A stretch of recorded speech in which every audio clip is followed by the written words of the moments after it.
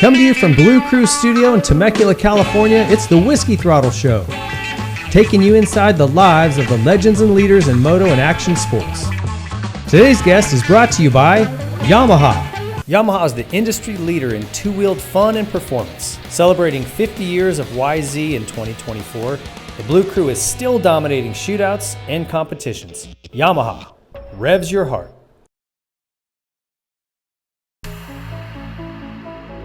SKDA is the leader in motorcycle graphics. Driven by a combined passion for art and motorcycles, SKDA has become a global leader in the off-road motorcycle space.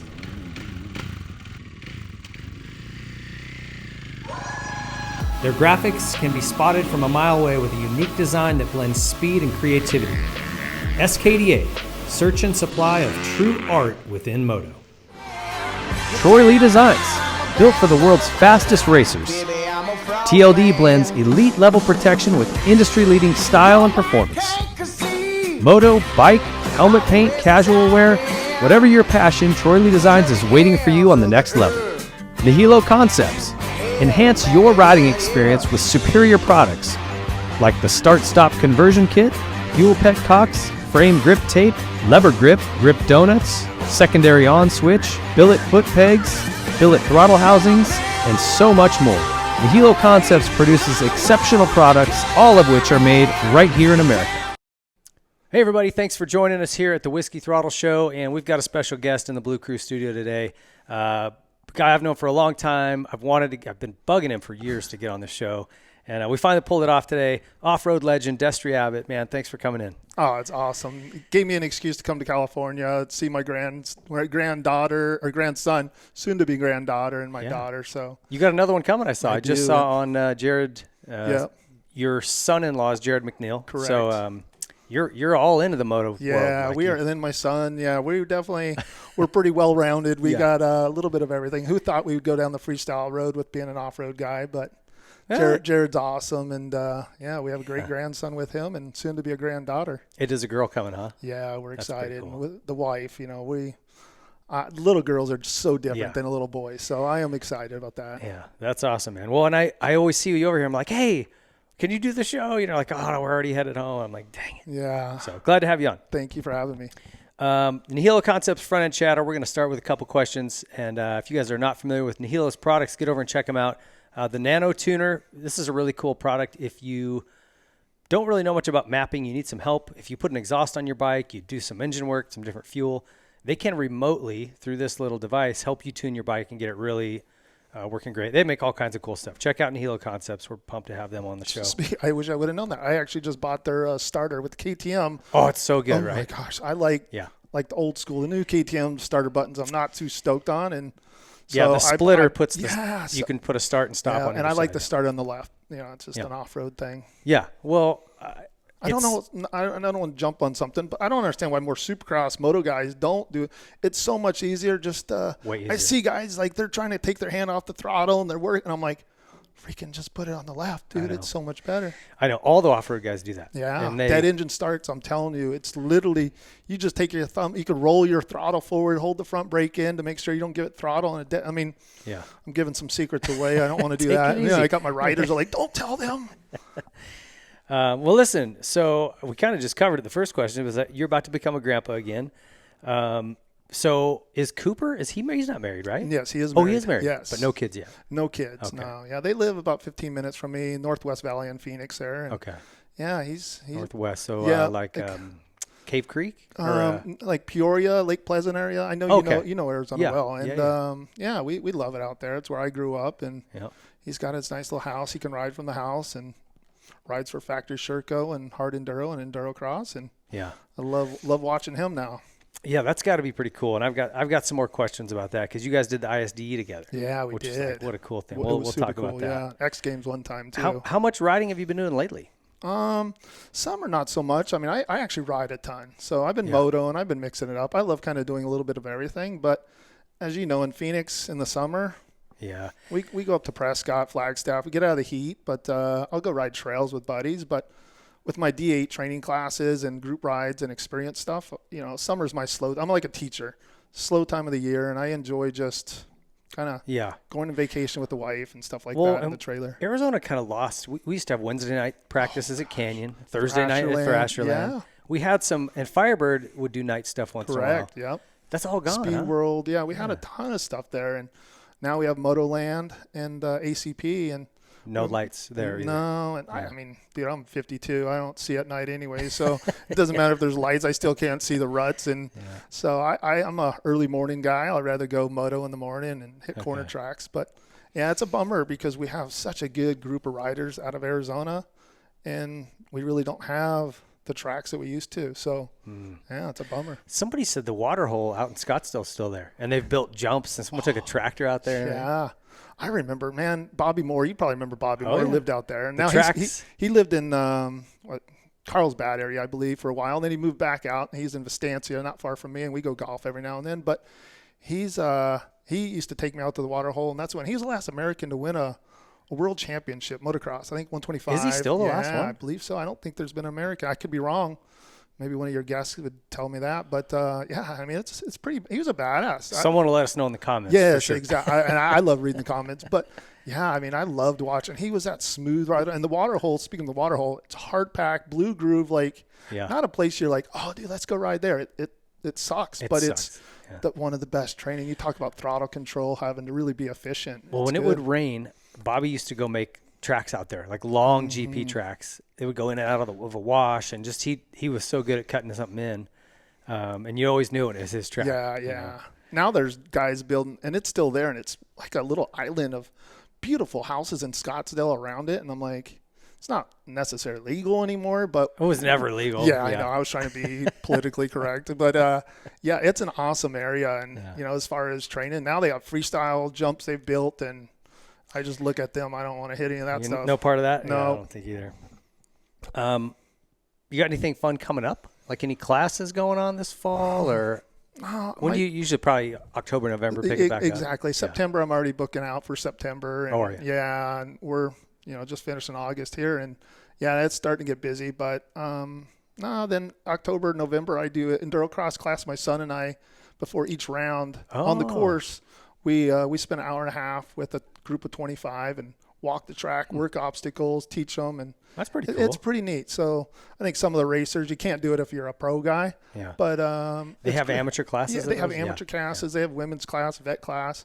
It's pretty awesome, and to go and spend time with them and help them get over it and be efficient, and it's pretty cool. It's rewarding, and it's helping grow the sport there. Yeah, that's great.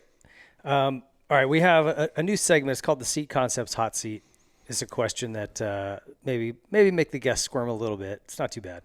Don't worry about it. If you guys need a seat, go check out Seat Concepts. Great stuff. Great company, great people. Okay, so you can't vote for yourself here, and I know you'd be in this conversation. I'm not one to vote for myself or anything, but anyways. Who's the best off-road racer of all time? Oh, that's really good, actually. Dude, it's a really hard question because you guys have so many disciplines. This is like you like two-stroke or four-stroke, that kind of question. Yeah. Man, I'm an older era guy. I would go. I have two in mind. I know Rodney Smith, because he could moto, he could ride off road, won GNCC championships, and won until he was like right at 40, I believe. He doesn't get enough credit. No, I know, great dude. And Ty Davis, who I had a huge rivalry with. We weren't buddies when we were racing, but it was someone I really respected and someone I looked up to.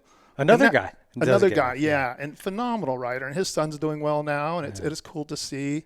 But those are two guys that really stick out to me. Brownie, freaking Mike Brown, that dude, he raced enduro-cross with us. I used to race works with him, and he's 52, and he's still throwing down. And, you probably saw the finish with Shorty and stuff. Oh, yeah. I wanted to race the Loretta's. I've raced it twice. Yeah. And I wanted to go this year and race the 50 class, and I don't have anything for sure with Brownie, but I'm like, I want to go back there. But then again, when I saw the heat and the humidity, I'm like, man, I'm really happy I missed this year. Maybe next year. Maybe next year. I've been saying that for a decade. Yeah. When I turned 40 10 years ago, I'm like, I should go do Loretta's. And here we are, a decade later. All right, that's interesting. So no Larry Rossler or you know what? I'll take Malcolm. that back. I mean, that's what I'm saying. It's a very difficult question. I think Larry's a guy I could say. Or Scott Summers, maybe. But Scott never really raced out west much. He wasn't really, I'm like, I look at a moto. You got to have moto, ISDE, like a hair scrambles, enduro. Like, I feel like being well-rounded, race some hard enduros. And, Larry's a dude which I respected and someone I looked up to, and he's still doing it in the Malcolm trucks. Smith, of course. Yeah. Like that's just, I think of on any Sunday when I think of him, and it's just. Does any more current guy like say Caleb Russell or even Dante maybe? I know it's way too early, but do you see kind of superstar, like would you look at them in that same realm? So someone else I could bring up that just retired was Taylor Robert. He was an Arizona boy, and he overalled in ISDE. Same thing, Ryan Sipe. So I could think of some different guys which did well at some off-road races, and Taylor won an X Games gold medal in enduro-cross. He's won kind of every discipline, and that's something I try to be well-rounded with, and those are guys that I could think of that on top of my head that I'm like, they were badasses. Yeah. Those are guys that they worked hard, they did well, and they earned what they got. So, yeah, I've been trying to get Taylor on the show. He won't even call me back. Oh, really? Yeah, that's just Taylor and texting. Really? And calling. Yeah, he was at the house a couple days ago. I was telling you, and him and his wife, and I got to see their daughter. And he's busy. New baby, right? Yeah, exactly. Well, just the way he kind of ended his career, the U.S. winning the ISD and then going, all right, I'm good. Like, that was so cool. Yeah. It's kind of hard to go out on top because you I think, don't want to say I want to milk it. I still love riding. I still love racing. Yeah. Now I'm not racing so much, but I'm like, I kind of stayed in it longer at Kawasaki, but I was more of a mentor for Taylor, Ricky Dietrich. There's some other guys that came up, and I couldn't just walk away. That's how I was. It would be really hard. I just loved it. But I loved my new role. I didn't go there as like, hey, Destry, you need to win. It was like, hey, if I finish a podium or top 5, that was a good one for me. But I helped those other guys come up, and I enjoyed that. That's awesome, man. I love it when guys stay in like that. There's so much value because when those really experienced riders, disappear, it's like they take all that knowledge with them, right? And it's gone. When I was young, I was a sponge. I feel like nowadays, moto, whatever sport it is, especially when it comes to racing, they're more closed-minded, I think. And I'm not knocking the younger kids, but I'm just like, dude, I would listen. Now it's like, oh, I'm faster than him. What's he gonna teach me? And I'm like, dude, I loved listening to riders. And even if it was, I argued, I wouldn't agree with, I should say, I'd be like, all right, maybe I'll try. I don't like that. Different ways to train. I'd train with other racers. Caselli, I'd go to his house. And Kurt's another guy. Kurt, absolutely. Kurt was a badass, and miss that guy. But he was someone I would learn from as far as training. Something he's doing, would go over there before ISDE because we were on the trophy team. And Taylor, one year, we all went over there. The 3 of us are training and doing tests and different things he's doing. And I'm like, even at my age, I was later 30s, and I'm like, that's pretty cool. Yeah. I take that. I'll try that. So I feel like there's always learning. Yeah, that's awesome. I mean, that's how you have to be at a high level. Right. I remember I'd probably irritate riders. I'd come over to California and just at a practice day, I'd jump in behind pros and just hang on to them as long as I could. And then when they pull away from me, I'd cut the track. Yeah. I didn't ever cut the track, but I was definitely one of those guys. And I was a squid out there with the hand guards, a desert dude with the big tank. And I'm just trying to moto, I'm like, dude, I got to see how long I can hang. But, I was learning, and that's how you learn. I loved it. I had fun with it. I figure as long as I wasn't cutting in front of them. Yes. Like, I might be irritating them, but I'm not messing with you. I'm just watching them. They better deal with that. Like, they're going to deal with that in a race. So don't worry about me behind you. All right. Hey, whiskeythrottlemedia.com. If you guys haven't been over and checked it out, get over there. We got moto, off-road, dual sport content, all kinds of stuff. New merch, if you like this shirt, available now. So check that out. Our guest story is brought to you by Yamaha. Let's dive into it here, buddy. So tell me, Arizona, you were born and raised? I'm a native. Yeah. Thought so, but I wasn't sure about that. Yeah. And so you spent time there, too, quite a bit, actually. Yeah, I moved there when I was 10. Yeah. 10 or 11. Oh, shoot, it was that young. Finished high school, Yeah. That's when I met Alex. I was to say, I know Alex myself. We went riding with you a few times, and just kind of cool to see how. So I was there from like 86 on. Okay. So 86, where would you have been? Were you? I was grade school. I was just going into high school. Racing novice, racing racing yet or novice? No? Oh yeah. I started when I was 11, and I was probably 15, 16 there. So yeah, makes me sound old. Damn. I love the photos we have of you in your striped shirt and stuff. It's so good. Dude, you and I were messaging back and forth, and I'm like, I don't have a lot of old photos, and I'm trying to go through the computer and trying to find photos, and it was bringing back some memories, and it was freaking cool. It's I was fun, like, right? holy crap.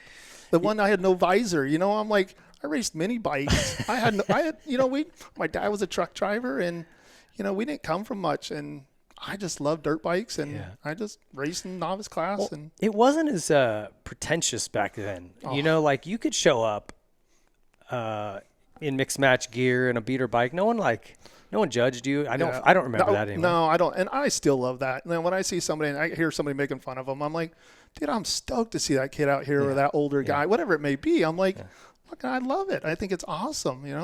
That's what our sport is about. But it's gotten a little more like, 100%. Oh, you don't have a Sprinter van and you're the latest whatever. It's like, shoot, we were in the back of the truck sleeping in the bed of it. But I look back and those are some of my favorite times, and had a lot of highs, and I'm like, man, my lows, or I don't want to say lows, but those times were some of my favorite. Spinning with Dad, and it's just awesome. So you didn't start racing till a little bit later then. What did you do as a kid? Were you into other stuff? I grew up doing sports. Even in high school, I played sports. I ran cross country. I ran track every year. I wrestled. I played soccer. I was a ball stick sport. So, I graduated high school in 91, and motorcycles, I was the weird motorcycle guy, where now you're a badass, dude. If you're racing motorcycles at a high level, you're a star. And it was all about ball stick sports. And I'm still ball sticks. I love playing basketball. Now I'm into pickleball and, that old guy thing. But I love sports still, golfing, things like that. I'm a big believer in getting your kids into as many sports as possible, whether you want them to be a pro dirt bike racer or not, right? My kids play soccer, but they snow ski, water ski, surf. We do everything. And I think that any one sport helps you in any other sport. It improves balance, hand-eye coordination, all that stuff. And so I'm always surprised to hear a lot of pro motorcycle racers, they didn't do much before. Yeah. And we haven't really hit into it, but I have, I do training at the house, and I have 2 Airbnbs in our place, and we have a basketball court and a pickle court, and I'll get a lot of riders over. And, we're after a training session or riding and stuff, we'll stretch or whatever, and let's go play some hoops. And I'm like, oh my gosh, looks like they've never picked them up. Yeah, they've only been motorcycles. And I just, there's nothing wrong with that. I think nowadays it's a lot different. When we grew up, we were doing all different sports, where if you want to be really good at one sport, you almost have to throw all your eggs in this basket and go, okay, soccer's our thing, football's our thing, basketball, whatever it may be. And I even with racing, I did every discipline you could think of. I just thought, all I'm going to do, I'm not worried about failing, which I think I see more of. People worried about, I'm not going to win, or I'm going to go get my ass kicked. But you know what? I'm going to leave there, and I learned a lot. When I raced outdoors, I'm like, I didn't qualify for all of them. I qualified for outdoors, which a lot of people know me as an off-road guy. But I raced moto. I love moto, and man, I get 20 or something, and I'm like, oh, that was badass. I was like, I didn't score any points, but dude, I learned so much. I left there. I'm happy, and I'm like, now it just made me a better works racer. It made me better ISDEs, different things like that, and I just loved mixing it up. So when did you get into bikes? What was your first bike? Your dad used to ride? My dad raced desert. Yeah. So my dad, he was a big desert racer, and he wasn't at the highest level, but we went to ADRA, was back in Arizona. That was our Arizona Desert Racing Association, and I just went there, and we went and watched a couple Grand Prix, and next thing you know, I'm 85 beginner class. I had a old dual shock Yamaha, and I think I was last place. It's I didn't have a clue, but I didn't at that time. You loved it right away, though? I had loved it, absolutely. And it was literally from that race on, I think we went to the next one, and it just it's what I love to do. My whole life was around that. So, any siblings? I have a sister. Okay. Yeah, she does dog agility. She's won some national championships in the dog agility, so she does really well there. And she still trains with dog stuff, and so I can't get my dogs to sit. We have a new pup, and I love our dogs. With our kids moved out, our dogs are our kids now, and we love our dogs. But does she help you training them and stuff? She's got to be dialed in. Yeah, it's siblings. We're just gonna fight and argue. Oh, you guys fight a lot? No, we don't. No, but seriously, is she in Arizona too? She is. She actually lives 2 houses down. We live a cul-de-sac. So we have a big cul-de-sac, and we have my parents live on the end. My sister's there. Really? And there's 6 houses, cool. But yeah. Okay, so you started racing right away. You guys didn't just ride for a little bit. You jumped right in. No. I take that back. Then I did just ride, but not that much. Maybe once a month. It was just but I loved when I could ride. I was all about it. But we had no direction. We knew nothing about the sport besides what my dad did, some desert racing. But he was a truck driver, and on some weekends we'd go ride if we could, but we literally showed up and knew nothing. I was oblivious, but. So would he race also when you were? Yeah. We had the mini races in the morning, and then big bikes in the afternoon, and so he'd cheer me on. And so kind of through as you got a little more into it, who were the guys? Was there a group of guys you grew up riding and racing with? Yeah, there's quite a few. Alex was one of them. McKellier, we talked about Alex, and Alex ran off road and then went moto, and it's like I can't really say there's like certain guys that I grew up. Brian Bruning was another local kid, and Keith Williams. There's a couple guys that raced desert, and then I kind of surpassed them, and they kind of as high school, how kids get, they went a different direction, and man, I was all about. You kept going.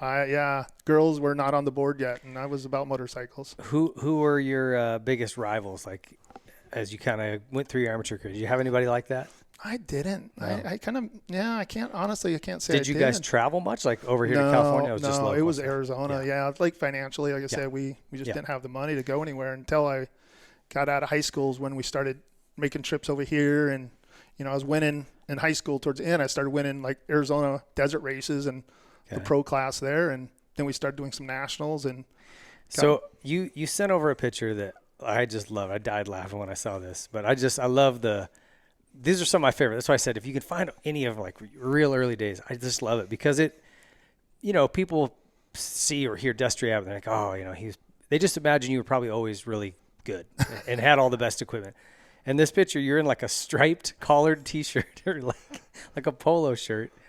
And you said it was a Mexican restaurant that sponsored you guys, and you all ran those shirts. Yeah, but I mean, you look ridiculous. Yeah, but at the time it was awesome because you had other teammates and they had the same, and it was full cotton, thick ass. That thing lasted all year. We only had one jersey, and it had a collar, blue, white, striped, and Rosarita Mexican food restaurant, and I don't believe they're around anymore. But it was that was family. Yeah, we grew up, and off road was family, and we loved it. So I think people. They don't race as much as they used to. I don't know if you find that in the off-road world, but in moto, that's the case. They'll just practice and then pick a handful of races. But those race weekends, man, you even your competitors that are, your rivals or whatever, you build a bond with them through that racing experience that you don't get practice days. No, I agree with that. And when we could do it, we were at the race every weekend. We could race, especially. I know it's expensive. That's what I was just going to say. If it was affordable, we would do it. But if not, we were out riding with friends in the desert and trail ride and whatever it may be. Do you know what I miss? I don't miss a whole lot about Arizona. It's just so hot. When it would rain, though, that smell, monsoon, the desert smell. It's better than a motocross track. We have a ton of corner tracks. Like we talked about motocross tracks. We don't have many anymore, but we have some great corner tracks that are whooped out, sandy, ruts. And I'm like, this is harder training than it would be at a motocross track anyways. And, Chris Blows, we had some good guys. Jimmy Button when he was there for a while. And, Bobby, we talked about that. Yeah. We've had some good riders come out of there. Kalos, Sean, Jimmy, you're right. A lot of good guys. Yeah, so we've had some good guys at Arizona. But I think Arizona is known more for off-road riders than it is moto guys. And I understand that. Well, I think as the tracks have closed, it's forced everyone to the desert. And now you guys have produced. We have some kids that, it's like. Oh, yeah, Fapani. Yeah, he's freaking rips. And, he's out in other places because we just don't have the facility. But it seems like you guys are now producing more off-road racers because that's 100%. What you have. Yeah, and I think we've had like Taylor, Max Gersten. We have some good riders that live there still. And so guys come in to ride with us or train with us and mentor them. And we have great hard enduro stuff to, works tracks, kind of sandy, whooped out, square edge, like just different disciplines. And that's kind of what I wanted to ask next is, this is the thing about off-road that's tough is that it's not like with moto, there's moto and supercross.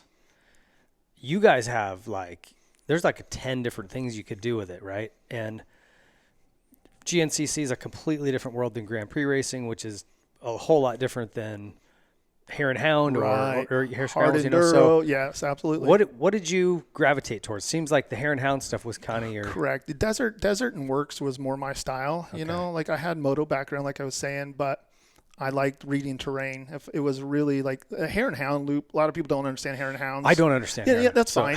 And it's more of a clover leaf. Like it's never, you're never passing people. So as far as lapping, hare scrambles, GNCCs, things like that, it's laps. Well, a hare and hound is like a big clover leaf. So you're always reading terrain. So, and it's virgin, meaning when I say virgin, they have ribbon and some markers. So you got to go as fast as what you're capable of going. And if there's a big G out or if there's rocks, whatever it may be, you got to know the speed limit. So you guys don't get to pre-run or walk. No, great question. And no, we don't have to we don't get to pre-run. That's like score down in Mexico. And it's way faster because it's truck. And, in my era, the hare and hounds were a lot more technical than they are nowadays even. And it was like you just put ribbon over a mountain and you got to get over that mountain and back down the other side. And I love that because as I got older, my experience helped me prolong my career because it's not like moto and supercross. Like, dude, once your speed goes down, it's not as... Yeah, it's more technical and tactical than just tactical. Turn the brain off. Yes, absolutely. And I love that. I love mind games. I like messing with people and even figuring things out as you're racing, like your tires going away and like 6 days ISDE, which is something I really enjoyed and loved doing because you talk about being versatile. It's a trail ride and you stay on a clock time, and then you come to a special test and it could be a grass track or it could be on a motocross track and you throw down like it's a sprint. It's a special test. And as soon as you get done, you're back to saving the bike because you got to learn how to work on it. You got to do everything you can. Well, we're gonna go through like each discipline, and I want to talk to you about kind of how.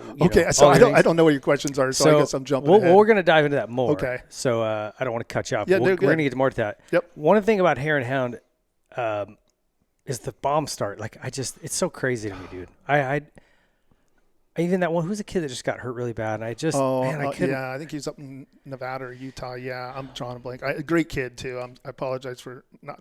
It's just such a bummer, and you watch that crash and you go, dude, like, what are we doing? Scary, dude. I could tell you, like, soon as and the bomb run could be 300 yards to 3 miles, and that's something we could pre-run. So until you get to the end of it, Okay. So on some of them you couldn't. It depends on the club itself, but some of them, man, when that dead engine start and it's dead silent, and there's 200, 300 riders on the front row, and you better pray your bike starts first time. And, back in my day, it was kickstart, and I had a pretty good KX 500 or KX 450. And, man, it's pretty much you don't chop until you get to the end. And you have some moments that, I don't miss that. That's one thing I look back on. I'm like, because as soon as you get to the trail, and then it kind of funnels down, and you kind of slow your heart rate down. Okay, I made it. I'm still alive. And now the race starts. So my goal was always top 3, top 5, and depend on the dust and different things like that. And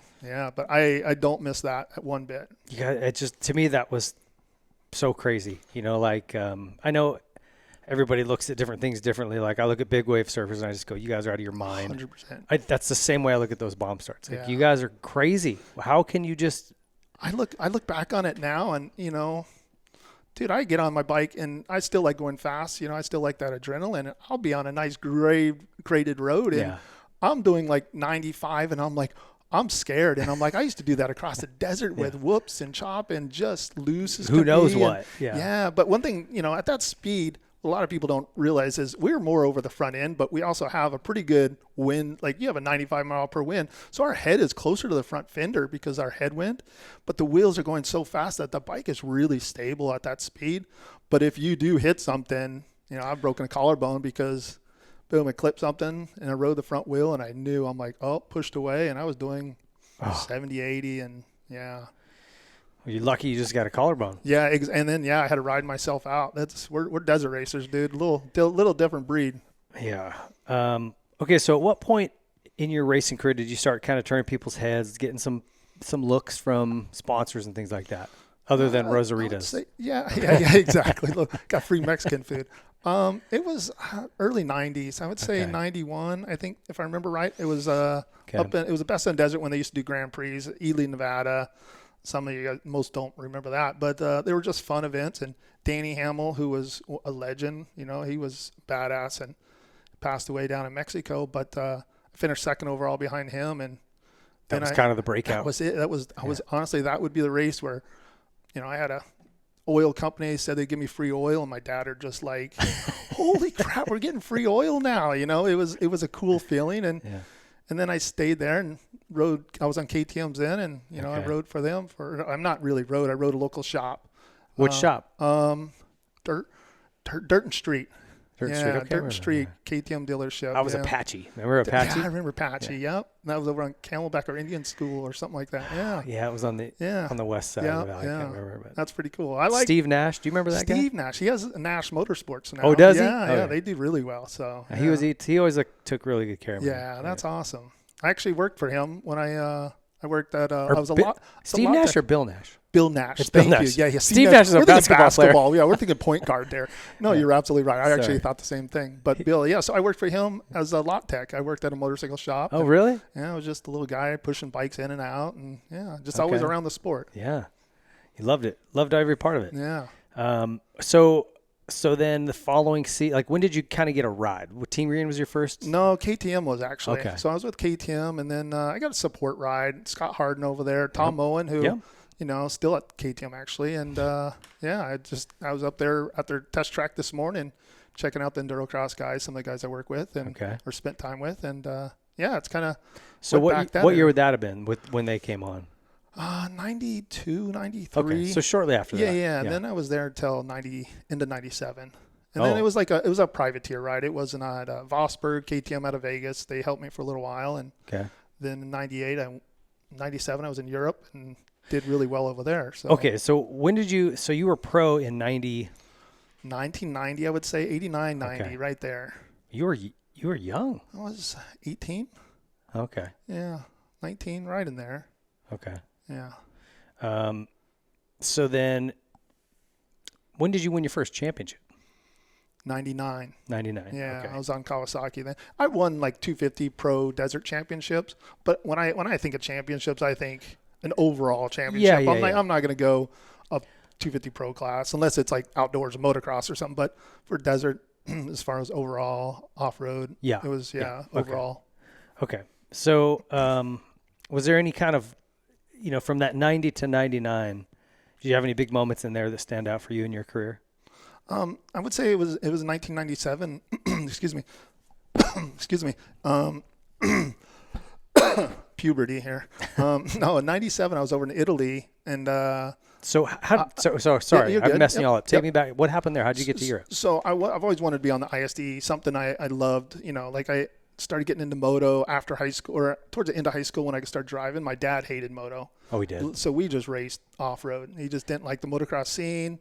He didn't like, it's just we sit all the time. You don't even ride that much. So and I love moto. I loved watching moto, and I'm like, I want a moto. So then you were talking about Thrasherland, Canyon, all those tracks. And so once I could drive, I started motoing. And so as career kept going on, I started racing local moto, started winning the pro class. Ryan Clark, you probably remember Ryan. And we've had some great battles, and I was stoked when I beat him. And, he was doing well in outdoors and supercross. And I'm like, you know what? We're going a little ahead. But then I started racing outdoors. But in the 90s, I was like, I want to do something that kind of makes you versatile. ISDE was one of them. And 97, I tried to qualify to go to Italy, and I made the team as a club rider. They have the trophy team, which is like I never really understood that. So explain that to me. Yep. Like the trophy team is your elite level guys. Correct. There used to be 6. Now it's down to 3, I think, or 4. Okay. And the 6 was like, it was a committee. It was selective. And so I went over there as a club rider, and there's like 32 club riders that you have to earn a spot. You got to race qualifiers. Okay. You get on the team, and you pay your own way. It's like 15, 20 grand, to go do it on your own. And I went over there. You paid that? Oh, yeah. Yeah. We saved it. We did fundraisers, things like that. And I went over there over all the tests, like to the factory guys. So I was like, I did really well that year. Did you ship a bike, or would you? No, I ended up renting. I just rented a KTM over there and brought my suspension. And KTMs were not super great in that era. They were left-handed kickstarter, left Kickstarter. They were not what they are nowadays. They're phenomenal bikes now, but I don't want to knock them back then, but they were not the best bikes to be on. And I was on them from 96 when I think was our first year on the 80. And we were on a KTM until 97, into 97. And, they were, my dad wanted to be different. He didn't want to be on the Husky or whatever, everybody else was riding then in the desert. And I went over there and then kind of you talk about another big switch as far as something happening. And man, so did that test win kind of? Yeah, got a gold medal over there, and came home, and Kawai's like, hey, and they were the team, like that was the team you wanted to be on, is Kawasaki. And Kawasaki's always really invested in the off-road scene. 100%, until like 2012, I think it was. Yeah, they've kind of fallen off a little bit. Yeah, in 2012 they cut it, and that was just budgets and upper management, and long story there, but won't get into. Yeah. So when you were kind of in that phase before you got that ride, who are the guys you looked up to? Like were you watching, it sounds like you like Supercross and Motocross and off-road, you're kind of into everything. Yeah. Who are the guys you were really looking at? As far as off-road or just both, everything? Yeah.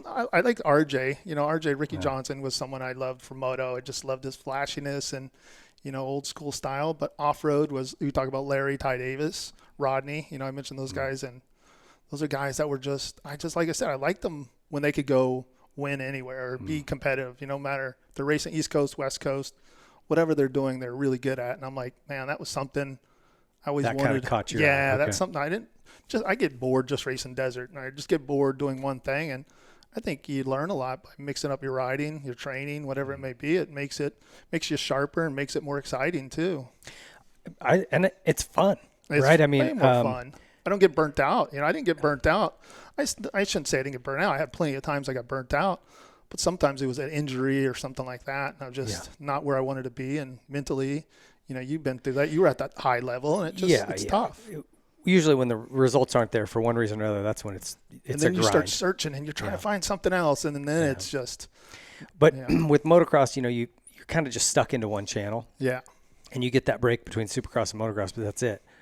You guys, and I got to do this a little bit when I quit and started working for Racer X, and I was just racing everything. I would just go I did hill climbs. We're doing that mini bike Supercross stuff when that was so big. I did a GNCC. I did works racing. I did all kinds of stuff. You at Havasu. I remember for Cowie. I rode for Cowie. We were under the semi, and I remember you in there, and you kind of cool guyed me when we were. No, you weren't a cool guy. I hope I did. No, you didn't. I'm just joking. But we were on. They gave you a factory ride for the day. Somebody was hurt, and I rode their bike. I think Damon Huffman, if I remember right. It could be Huffy. I don't remember who was, but I remember I'm like, oh, that's cool to see Ping out here. And I loved when moto dudes showed up for works races, and we had a lot of guys. Brett Metcalf. I remember a lot of Lessie. I remember a lot of guys would come up, especially Kudrowski and Rhino and Brownie. But I mean, like, just showed up like just for one-off. Yeah, you talk about Eli Tomac. A lot of people don't realize Eli raced a lot of works races. That's right. And I had some great battles with him. And the year I remember at Speed World, we had a great battle. I think I finished 4th. He was 5th. Dietrich, Kudrowski won, if I remember. Hughes, it was like it was stacked. And then that year is when Eli won the first outdoor at Hangtown on 250 on the Honda. And I'm like, guys don't realize how good off-road riders are, and we can throw down, not like at that level the moto top guys are, but it's different, man. It's 2 hours, and it's just, you talk about line choices. So I like watching guys, like even now, like you talk about Sexton and Lawrence's, like just watching their lines, especially Euro style. I know we're jumping around, but I'm just like, I love breaking down riders, and I love watching line choices and them wheeling and stuff instead of just hitting whoops. And it's like, oh, dude, it's so cool for me to see that. I had a guy send me a clip on social media the other day. He goes, it's this old GP clip. And he goes, who is this guy in the Suzuki? This is like Jet Lawrence before there was Jet Lawrence. And I go, that's Stefan Everts. Oh, Stefan. Talk about a guy that stood and standing all the time. And I didn't, I always picture him later in his career, but when you go back and look at him when he's a little skinnier, he does look just like Jet, or Jet looks just like him. It's very similar. And Stefan, he practiced on a trials bike. A lot of people don't realize he spent a lot of time training on a trials bike. And we talk about cross training, like, man, learning your balance at a slow speed is going to help you pop out of a rut, whatever it may be. And it's like weighting those pegs, lower center of gravity, the bike is going to hinge underneath you. And when guys are sitting, coming to the corners and they're bouncing around, I'm like, freaking get your ass off the seat. Like, it's just, and I understand you get tired, and there's plenty of photos and videos of me just sitting down, elbows are dropped, but that race at Havasu we were talking about, do you remember there was a bush that was right on the lake's edge, and the track went around it, and then it got filled with water, that rut? Oh, okay. And there was a guy standing there with a bucket. Pouring water and on if you would nod at him, he'd pour it down your back. I nodded every lap. I think I got third that year, but I remember it was probably like 100 degrees. Oh, at least. It was brutal. And it's 2 hours, and it's just beat up, sandy, square edge. Like, I'm like, dude, that was gnarly. Those are old school guys there. I love that. And it's, I've raced at GNCC. I did Palatka, Florida. Yep. 3 hours. Yep. But it's like the only, one isn't easier than the other because for 2 hours, the pace is just a little higher. Correct. Everyone's going as fast as they can go for that time limit, right? Yep. It's tough. I mean, if people that don't have respect for that just need to go do one. Yeah. And it would change their mind real quick. Okay, so that race at the ISDE kind of really was the next step up for you. You get your Team Green deal, and then what were you contracted to do? It was just best in desert, hare and hounds. And so best in desert, did that become Works or Big Six? No, best in desert, they still do. Today, actually, or this week, they have Vegas Arena. But it's more cars and trucks. I gotcha. Faster course. I did well at them, but they weren't my favorite. I actually liked having to, I wouldn't say work because that sounds really bad, but I liked rougher tracks. I mean, holding it fifth, sixth gear wide open down so roads like Baja kind of stuff. It's a lot. It's basically American mini Baja. Okay. Yeah, is what it is. And that is just, again, I don't like the crazy high speed overtrain. I don't know. Mm-hmm. And that's exactly what that is. I just described what that race. Yeah, and it's just not my style, and maybe it's just an older thing. But I look back in those days, and I'm like, But that's what you were contracted to do. That's what I was contracted to do back then. How'd that go? It went good, yeah. And then actually 98, we asked my first championship. It was actually 98. First year I was with Kawi, I won the Best in Desert Championship. Okay. So Ty Davis left Kawasaki, or they released him. They went to Yamaha, and then I kind of left KTM Support Ride to go to Kawasaki, and I took his spot there. And that's when he did zip tie racing. Correct, and he started his own program there. So that was on that 426, and that was when four strokes were starting. So Interesting.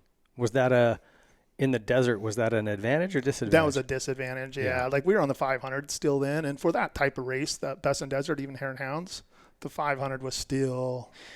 I have it in here somewhere. Oh, right here.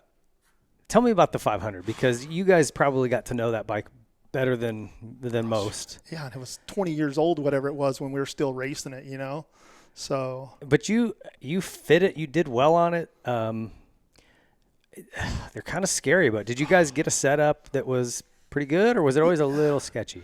Back then, I didn't know any better, so that's what I rode, a KX250 or a KX500, and the KX500, we had it set up pretty well. Like it was. The motor, still to this day, it was awesome. And a lot of people don't realize our race motors were easier to ride than a stock motor. Yeah. It was just, they had more work done to them, but they were actually smoother. You could ride it a gear higher. You don't have to use a clutch as much. You could roll on. So they were more torque, and they would still rev to the moon. And those bikes were so fast. It was scary. Like, those bikes were amazing, but I know there's a lot of KX500 lovers out there, and the handling wise, I don't know how I did it. I only rode one that I was comfortable on. Sonny Garcia built one. Oh yeah, I remember Sonny. He must have put $30,000 into this thing. Yeah. A-kit suspension. It had a recluse clutch, modern front end with killer brake. Like everything about it was just touched and perfect. And that bike was awesome. It vibrated though. We had bar ends that helped the vibration. Like you could rev that thing and you could just see the whole bike just like. And I love that sound though. That sound was. Yeah. There's still no better sound to me. Only thing that's better is the old air-cooled 500s. That's true. If you listen to old GPs. Yeah. Remember the Yamaha 490, I think it was? Oh, yeah. Back in Bradshaw. I remember watching him race, I should say, at Glen Helen. It was a national. Or the Air Hammer. It was probably 93. 93. Maybe you're right. I think it was. I think it was like a world championship round, if I remember right. Or I can't remember what it was. Yeah. Maybe we just remember that as a cool sound because we're old. I don't know.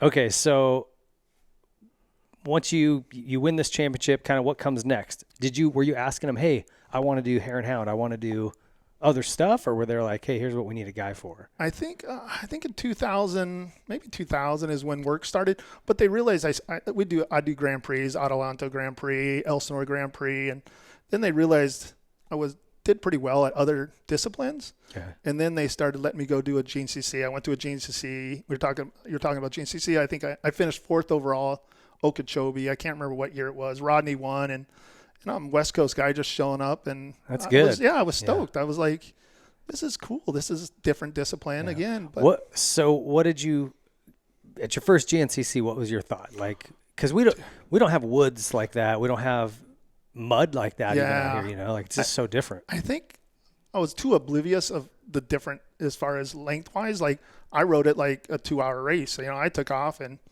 they're like, make sure you pace. And now those guys don't pace that much anymore. But then it was like, you're pacing yourself. And I remember at 2.5 hour, I started bonking and, I'm like, cramps or what? Crap, dude. I got like still another lap and their laps are like 28 minutes. And it's like, there's back in there, the bushes that have like roots. Palmetto roots. Oh my gosh. So you don't ride tight to them. And it was a learning period for sure. The roots of these palms, if you're not familiar, would run like diagonally across the trail. And it's in sand. So it's like some of them you didn't even see. And next thing you know, the bike's out underneath you and you're like, what just happened? And but it was a cool experience. And we talk about, different disciplines. I just loved it. And, I was throwing up at the finish. And I remember driving home, my wife and I are heading to the airport, and I had to pull over. I had just curled up in a ball because I was hurting so Cramping bad. Or what? I was cramping so bad. And I'm like, dude, these guys are gnarly. Like, So I went to the next, I think the next week was in Georgia, and then it was in Tight Woods, and they handed it to me there. I was like, all right, I got to learn a lot more here. This is totally different beast here. Yeah. And the interesting thing, this is something I really like about off-road is you bring those East Coast guys out here 100%, and they get their ass handed to them most of the time. I mean, if they come out and do top 5, that's pretty good. Yeah, exactly. I loved when I saw other riders. I told you with moto, and I like when I see other riders try something else. I'm like, dude. Yeah. And I don't, you tell me if I'm wrong, but I don't feel like there's a whole lot of like, I think everyone knows that. There isn't like, oh, you guys suck, we're the best. Yeah. It's like they kind of know, if I go out there, I'm going to get beaten. If they come out here, we're probably going to beat them. Right. Like I know Dante won a GNCC last year, but it kind of fit. Yeah. It was more of a Grand Prix style course. So I think everyone's understands the differences, and it's still an East-West kind of thing. Like I'm pulling for my West Coast boys, just like the East Coast guys. I'm like, East Coast guys come out here, I'm like, oh, that's bitching, but West Coast boys better beat them. Yeah, but it's the same way when we were there. They were all super cool. And off-road, we respect each other a little bit more than moto and stuff. And, it's not so much we talk to each other in a start line, fist pump. And, I remember Shorty and Brownie and those guys, they'd always be like, dude, off-road this is fun because you guys are all, we all want to win, but I'm not going to clean you out. I'm going to pass you. I might be a little aggressive, but I'm not going to take you down. Like, just a different atmosphere. A little bit more camaraderie, probably. Exactly. Yeah. And we have 2 hours or 3, whatever it may be. It's like, dude, this isn't a 250 LCQ race. Like, it's not corner 2 and you're in second, you're clean out third. I'm like, dude, what are you doing? Like, you're qualifying. Just be smart right now. So when I watch those things, I'm just like, oh, guys, take it easy. Did Shorty do off-road too for a while? Yeah, he raced works races for a while. And then he did rallies and stuff. I remember he did rally. I couldn't remember if he did. No, he raced works for Husky, if I remember right. Yeah. Huh. So. Yeah. And Zacho now, or he was kind of dabbling. Yeah, exactly. Okay, so how did those next couple years go? Like, when did you kind of get into a rhythm where you started really crushing? 2001, 2002. That was when it was kind of. That was. I don't want to say my peak, but it was definitely, things were really good. I don't want to say dominant. I hate saying that, but I pretty much won most of everything I was doing. So I really enjoyed that little time. Yeah.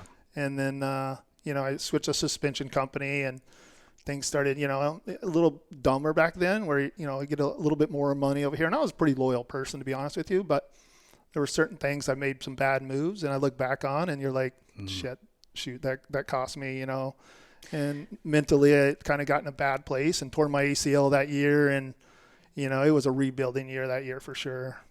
Who kind of leading to that point, let's say, when you really started to be successful, who did you learn the most from? Was there any one person who kind of helped you, whether that was coaching or just, racing, or maybe the team manager or another rider?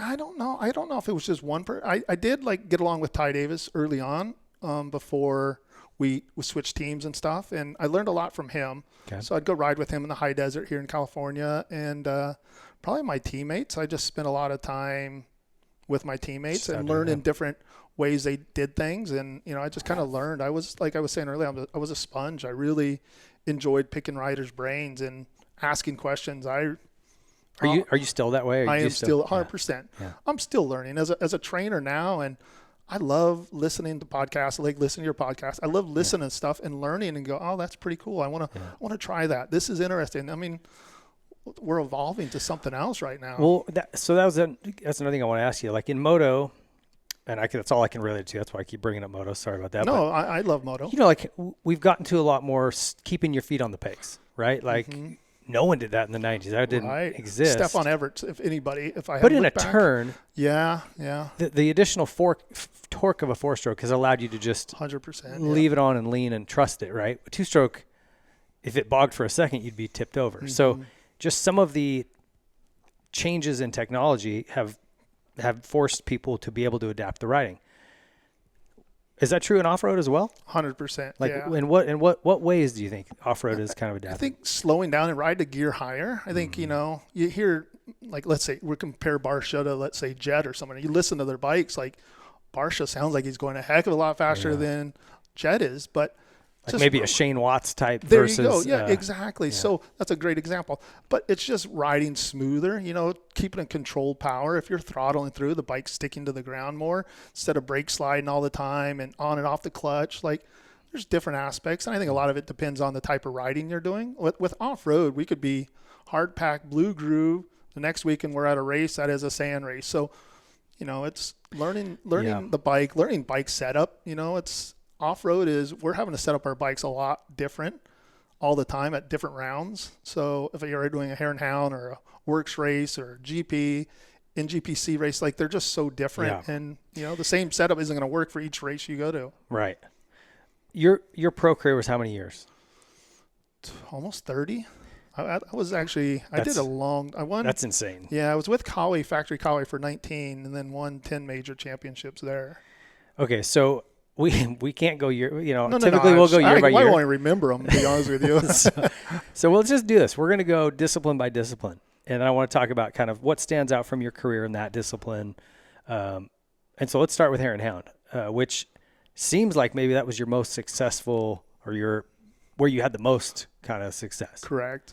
Would that be right? Yeah, okay. Absolutely. Yeah. I won 5 major championships there and 6 runner-ups. And that's called just AMA Hare and Hound or what? AMA National Hare and Hound, correct. National Hare, yes, okay. Yeah. And that's the one that you dead engine start and bomb run and, yeah. What's your favorite Hare and Hound course? Is there one that you always like? I like Utah's. Utah round's really good. They would be in the dunes and then, a little more technical in the Was that the Little desert. Sahara? Yeah, exactly. That's one of the rounds, Jericho, up just north of Delta there. And I really loved it up in Utah. I loved the people there. They were always super friendly and just a cool area. I really enjoyed them. And we have Lucerne, but they were it's same race there every time. Right. In Utah, we remember we were racing in snow. It was just cool. I love that. Different environment. Yeah, right? A different environment, exactly. And I liked the slower rounds and more than I did the fast ones. Who is in that discipline, who was kind of your biggest rival over the years? Like early on, it was Ty Davis, and then the Pearsons, Russ David, Brian Brown, and just kind of, I went through a lot of different eras, I guess, because like I said, I had 6 runner-ups and 5 championships and a couple thirds, so I was always in the hunt. So I kind of, I won my first one in 98, and I won the last one in 2012 as far as a race win. Okay. So it was a long period of time there. But I was big on having a long career. I wasn't riding over the edge. People go, oh, you had to ride over the edge. How do you go so fast in the dust? I'm like, dude, you don't. You got to know, like, I'm backing off or I'm finding a different line. And it's not just about desert racing isn't just hold it wide open. You got to be a really good rider as far as, different disciplines and ride in different conditions for sure.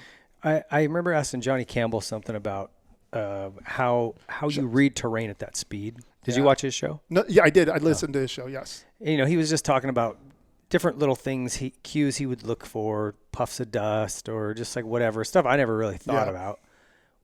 What was your kind of trick, or how did you learn to cover terrain that fast at that speed safely, or relatively safely? Yeah, relative. And then Johnny was another one, especially in the Best in the Desert days. That we were really good rivals there. But I think a lot of it is knowing the surroundings. Like if you're in the desert and you see there's a lot of greenery, like it's a wash, like most likely, like I'm paying attention to my surroundings. Even like racing in Mexico, your head's on a swivel. Like you're really paying attention to what's around you, and I'm reading terrain. And one thing about the desert, especially here in Hounds, is there was never really a lot of them.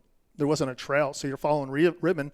So if I'm following one of the top guys or someone that's leading, I'm just keying off his head and watching if he's hitting something, and then, I'm learning. Or I see him, he's leaning to the left, the top of the hill. Well, we're allowed at certain distance, so I'm shooting to the left and kind of gambling. Like, all right, I'll make up a few seconds here. Going down hills, not as dusty. That's when I would push a little bit more.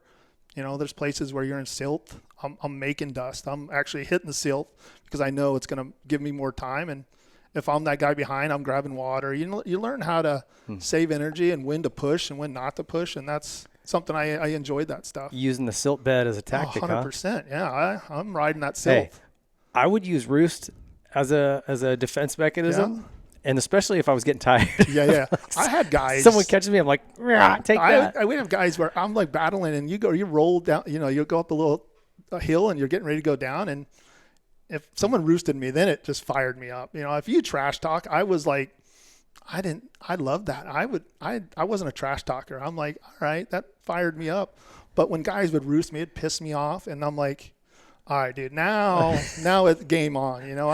So would you do that, or you wouldn't do that? 'Cause I wouldn't do that to riders, honestly. I wasn't that guy. Okay. And I got along with pretty much most of the guys. It's really But it rare. works too. Also, you ruin a guy's goggles. Yeah. But then I always feel like it'd come back. We talked about racing. Like if you park someone, I'm like, dude, it's going to come back to you. Like, why are you doing that in the heat race? Like, don't do that. If it's the end of a race and I know it's at the end of the race, I know he's going to bring it on me. I know I'm not leaving my door open or whatever it is, and that's works races, anything like that. I'm expecting it. So then I know. But yeah, it's just different. That's funny. I mean, it's. The best thing you can do is take away the guy's vision behind you, because there's nothing they can do. Well, in the desert, there's a lot of times you have no vision. Yeah. You literally. Yeah. That's the sketchiest thing about it. I don't like. There's another thing. Like I said, I'm 52 and I still love riding and racing here and there. But now risk to reward has changed a lot for me, and I have no problem chopping. You can go by me now, dude. Good job. So how are you with jumps? You sent me a photo of you hitting some big jump in the hills, all whipped. I'm like, damn, Destry, look at you go. And there's like Cooper Webb and a bunch of guys out there with you. Yeah. We were doing a Thor photo shoot at what did that place called? It's Southern California. Yeah, I can't remember. Okay. Little place. It's pretty awesome.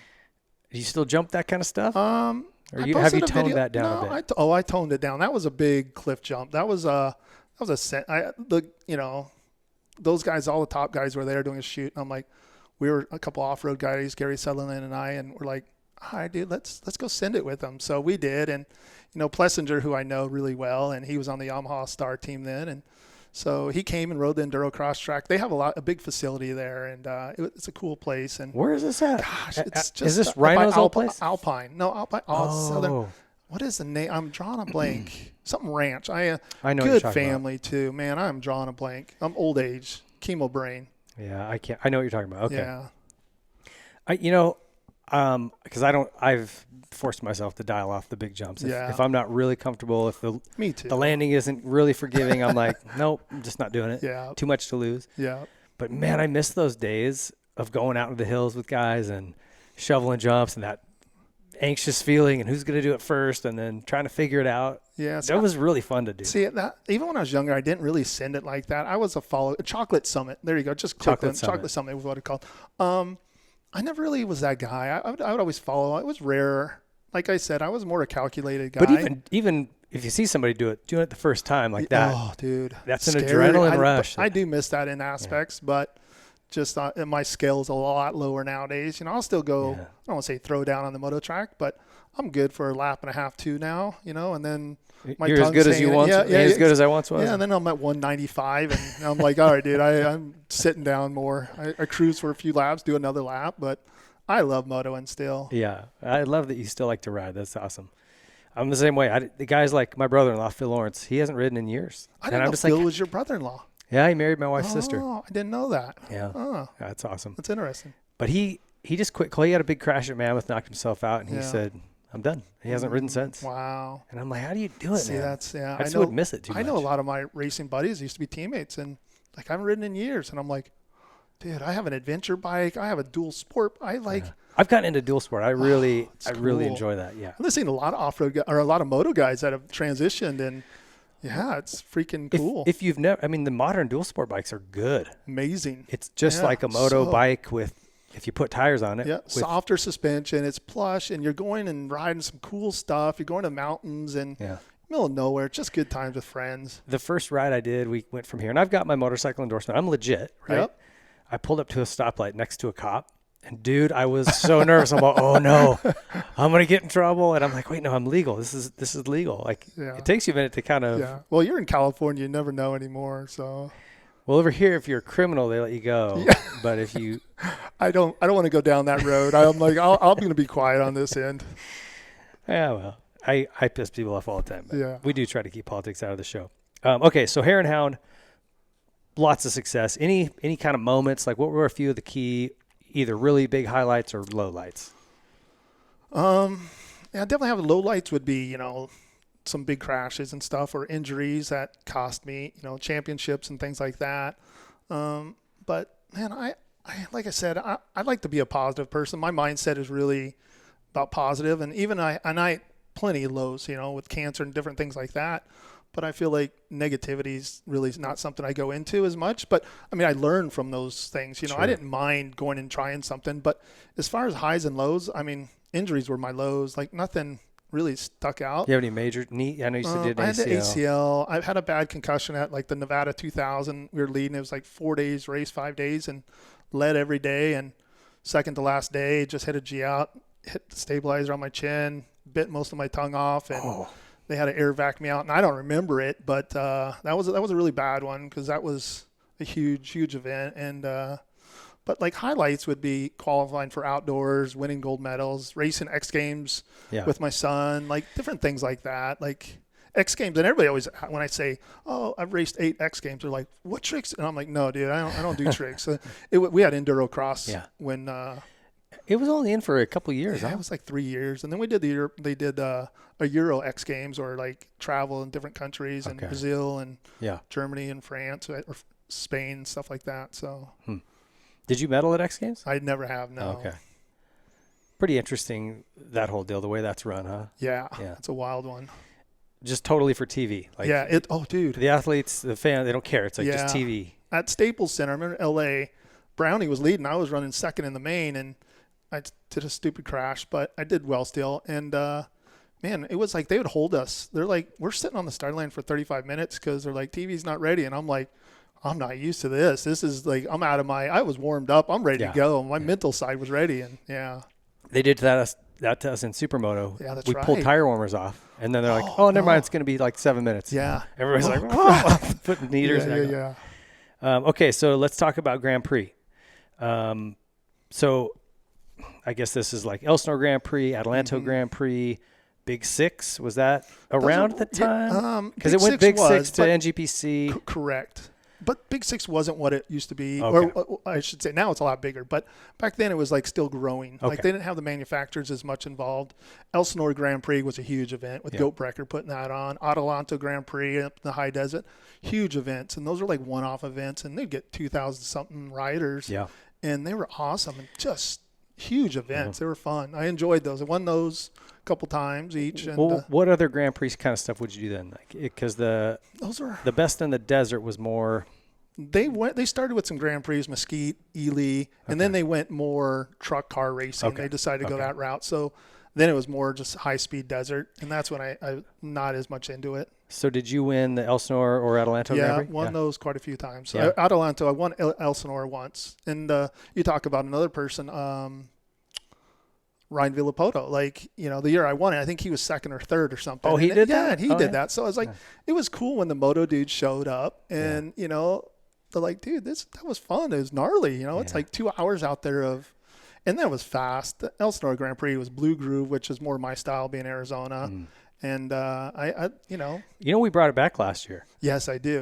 That was back at the motocross track. Yeah, exactly. Ours were back on the freeway, and I think you crossed the 215 or is it 15? It's the 15 right there. You're right, yeah. 15. Yeah. So we'd go across, turn around, and it was a blast though, dude. The problem is the city. If you to get into the city streets anymore, then they want they're getting into your pocket heavy. Insurance. I can't imagine. Which is great. It's not even the insurance. Oh, really? We'll carry the insurance. It's they say, oh, you need this and you need that. It's going to cost you this, this, and this. And you're like, well, then why are we doing it? We just took all our profits. Yeah, so exactly. People kind of were like, well, why'd you just do it at the racetrack? And it's like, because they already have a conditional use permit for that property. So if we stay on that footprint, the city's out of our hair. Elsinore's a cool track. They got all the different tracks and stuff. You could throw one. We laid out a really fun course. Yeah. You have to come out this year and do it. I would definitely like to. I wanted to do that last year, actually, and I remember I talked to you about it, but it was a lot of fun. Yeah. We ran like the little cement walkway paths, and they would split so you could pick right or left. And that's cool. Through a couple of tunnels. Yeah, we had a water hole. We had a big old water hole. That's neat. That's really neat. Anyway, those are fun. I'll check into that. Okay, so let's get into enduro now. Admittedly, I don't know the difference between like say an enduro and a hare scrambles. Like what's the difference? Enduro is a lot more technical. Old school enduro was you had to stay on like a time, and you couldn't be early, you couldn't be fast. But it's not that way anymore. No, it's not that way anymore. Now it's more of an ISDE format, meaning they might have a transfer section, and then like you have to be there at 10 o'clock. You could show up at 9:50 and hang out for 10 minutes, and check your bike, have some gels, do something to keep your body going. And then you're like, oh, my time. And you go through, and then you might come into a special test, meaning, all right, they're going to stop you. They're going to send off somebody every 15, 20 seconds. And you're racing against the clock more than you are racing against a rider. Like you have no idea. You're throwing down. Okay. And you get done and you're like, all right, that was a good test. And, you had some scorecards. I'd walk over to one of my buddies that is one of the top guys. And I'm like, oh crap, he got me by 7 seconds. So next one I need to ride a little more on the edge, or you know what, my speed was good. So, but they're a lot more technical. Like I enjoy that type of style. So I've never done anything like that, but it does look fun. Other than the thing that always would get me was I have to be watching a clock to try to like slow down, and I could never. I'm like, nowadays you just need a stopwatch or a clock, like a watch on your handlebar. I'd always have two, one on my body, one on the bike in case one went bad. And it just would tell you the time. And, you're just a trail ride with your buddies. Like sometimes I'd have a friend on my row and we'd ride at just a good trail ride pace and have fun and screw around. And, Have you ever done any of the U.S. Sprint Enduro? Yes. That looks fun to me. Super cool. Did one. I rode Caleb Russell's race bike. I think it was North Carolina, somewhere right in there. And, it was fun. I did that maybe like 5 years ago. And they look like a blast. And dude, I actually talked to the guy. He's an old moto guy. From way back. And I said, man, let's bring one out here, like at least just a single event. Let's do something. Works did they used to call it Works Sprint. Same style, and I thought it was going to grow, and they 2 years, and they just said, it's not taking off. And I'm like, man, as I'm older, I don't have the stamina, and I don't train like I used to. And I'm like, I would go do some of those still. I could throw down for 8 minutes, 10 minutes. Well, that's the thing. It's a shorter loop, but you do enough of them that you still get a lot of riding in. And then you go right back to your pits, take off your helmet, and talk trash with your buddies, and dude, that was a good one. Like, and they're big back there. I think they kind of sell them out. So like, it's just crazy we can't get something like that out here to work. Yeah. Want to help me put one on? Yeah, it would be cool. They're definitely cool. Like I said, that was one of my favorite styles because it was about sprinting, riding, going fast and being comfortable, being uncomfortable, learning that speed and, letting that bike move around a little bit. I think one of the reasons it's big out there is because they're in the wood. They're in like cool terrain. Yeah. We're out here. Where are we going to put? We're going to put one in Lucerne, or, it's just, it's sadly, now we need land. You got to be a Hollister or somewhere where you have a permit, or you have to have someone that owns that much land. Do you think you could do it like at Kauai? Kauai, you could definitely do it. Yeah. But then how do you get water on it? I think you're not going to get water. That's what they would do is spread out the time. Then they would send 30 seconds a piece to riders. So they would just gap them out a little bit more. And then after your first test, the next test they would do by time. Like, okay, you were fastest, you're going first. You were second.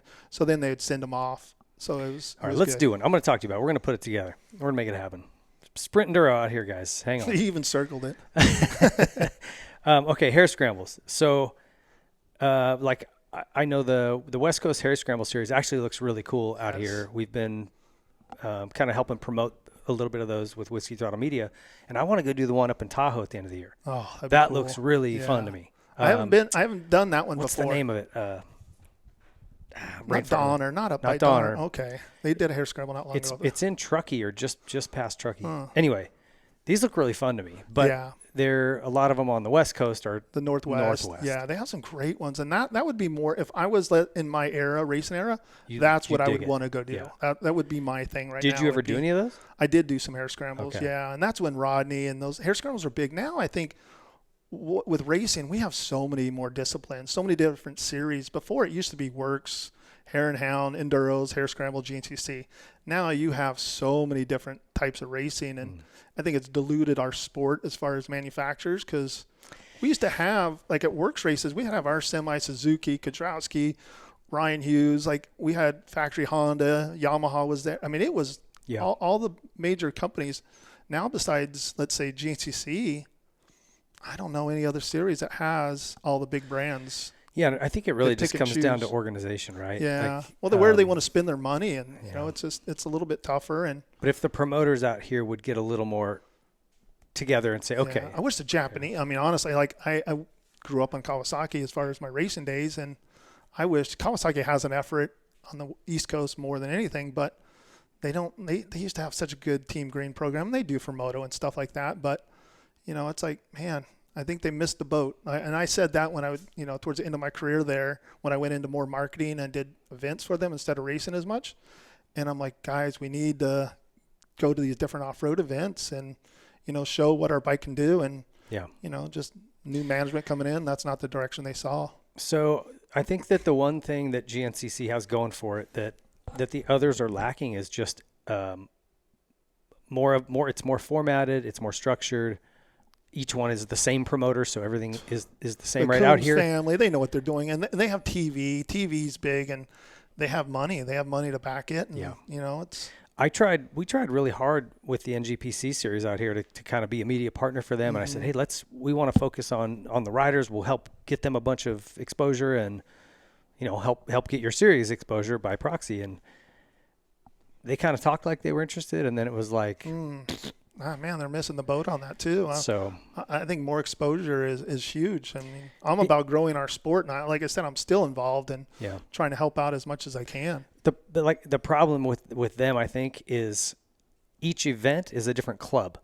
So you kind of have like different people, you know, there needs to be one body. And you could have each club have a say, but it's like, hey, this is the format. And that's right back to GNCC where, let's say, Hare and Hounds are the same way. They have a committee now that goes to each one, but Hare Scrambles are the same way. It's different clubs. You're going to the Northwest, one of the clubs doing it there. You come down to Southern California, another club. They have somebody that oversee, make sure the rules are the same, but totally different types of racing, the format, what they might be doing. Yeah, it needs to be a little more formatted anyway. So how did you do in Hare Scrambles? Did you like those? Yeah, or I mean, it wasn't I won a couple, but they weren't what they are now. Like I said, now I'd love to do them, and they were good back then too. But Kawasaki was pretty, for me, focused on 2 series, and that's how KTM and those guys are now too. It's pretty much we want our riders focused on 2 series. So I enjoyed doing other stuff, but I would go and do one here and there. But you know, it's like just showing up for a Supercross that, you know, it's not really, you're not going to do that great, even though you're a great Supercross rider, unless that's what you're doing full time. Yeah. Even like this last outdoor was at Unadilla, you know, it was cool to see a couple of guys, Webb and Roxon, come back, but you realize, dude, they were a minute off, you know, and those are phenomenal racers, but it's different when you're just jumping right back in and you're building back up. Yeah. Everything is very specialized these days. And I think that happens in off-road, but that's what makes it so impressive when a guy can bounce around. Yes. You know, to your point, you like those guys that could go compete anywhere. Yeah. And I that's impressive to me too. And you know, the Oliveras boys, Dante is winning Hare Scrambles. And Mateo's. He's winning NGPC. He can go to GNCC and win. Like that's rad. Yeah.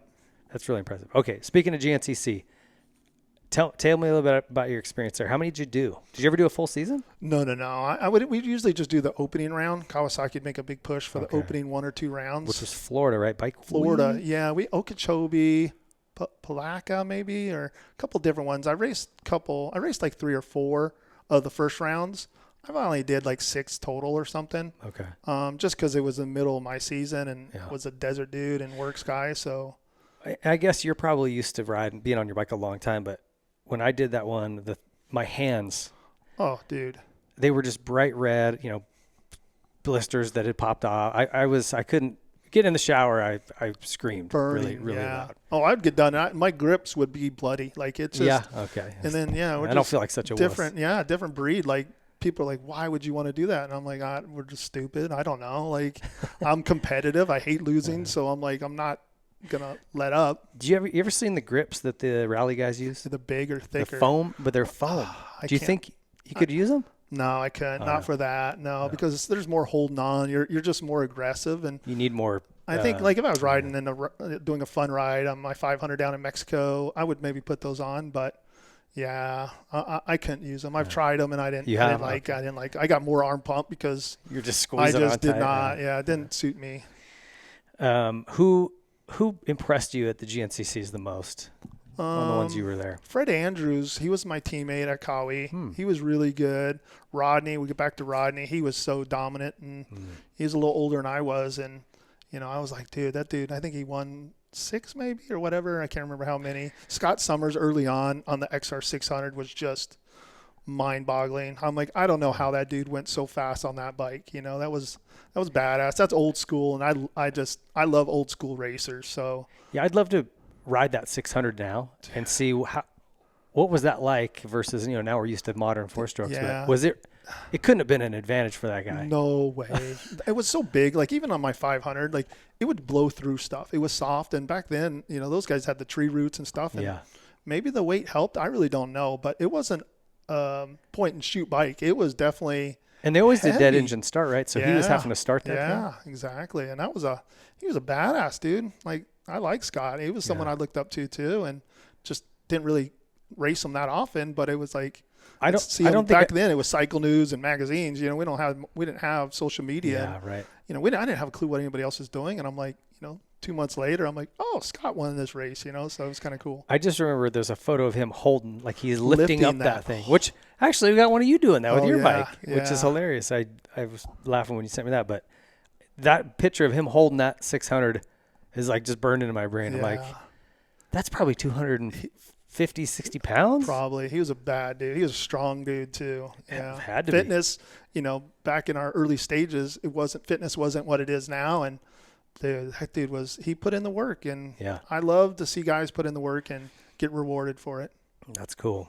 Okay. Baja. Did you ever race the 500, 1,000? Only a few. It was towards the end of my, Cowie days. I was like a support ride. We'd go down there. I finished second overall at the 1,000. First bike across. We were leading. And then it's just, teammates and stuff like that. This guy needed to get on, and long story there. But, I really wanted to win a Baja. So I wanted to go down there. I raced 2,000 races, and one we DNF'd, and we were right in there for the win. The other one we got second overall. And then I raced Baja 500. Teammate crashed the bike pretty bad, and so but it wasn't, again, it was like more of a best in desert, and for me putting in 2 weeks and just hanging it out and pushing on that limit, I was like, I'm good. And is there a purse? Like, do you win a lot of money for winning that? It comes all down to your endorsements or your sponsors and stuff for the most part. Like, like would Cowie have a bonus? 100%. I was Monster Energy, Kawasaki. I'd have my own bonus program. And I get expenses and stuff like that go down there. So, but what would a bonus be for that? Give me just ballpark. 7,500. So and then I'd have a couple. Then I'd have like a goggle, helmet, like different ways I can make 10, 12 grand for a race. So, yeah. But for for the risk, those all the time you got to put in. Yeah, I don't know, man. That's why I only did it a few times. It was, and as I got older, that's definitely not what I enjoyed that much, anyways. And I had a helicopter of me. Like my agreement with the team was, the sections I want to ride is the nastier, like rocky, silty, whatever it may be. I don't want to ride a dry lake bed. I'm not going to separate from the other riders. I'd rather ride the gnarlier stuff. But I want to have a helicopter to keep me knowing there's no one in front of me as far as dangerous, because we're on, let's say, Mike's Sky Ranch. Like when I go up that road, there's still cars driving on it, and you're on a dirt road pinning it over rises. And I'm like, dude, every time I come up to a rise, you got to tell me, and I'm relying on him. If I don't hear him, I'm checking up. It's not worth risking. And so just different racing. Yeah.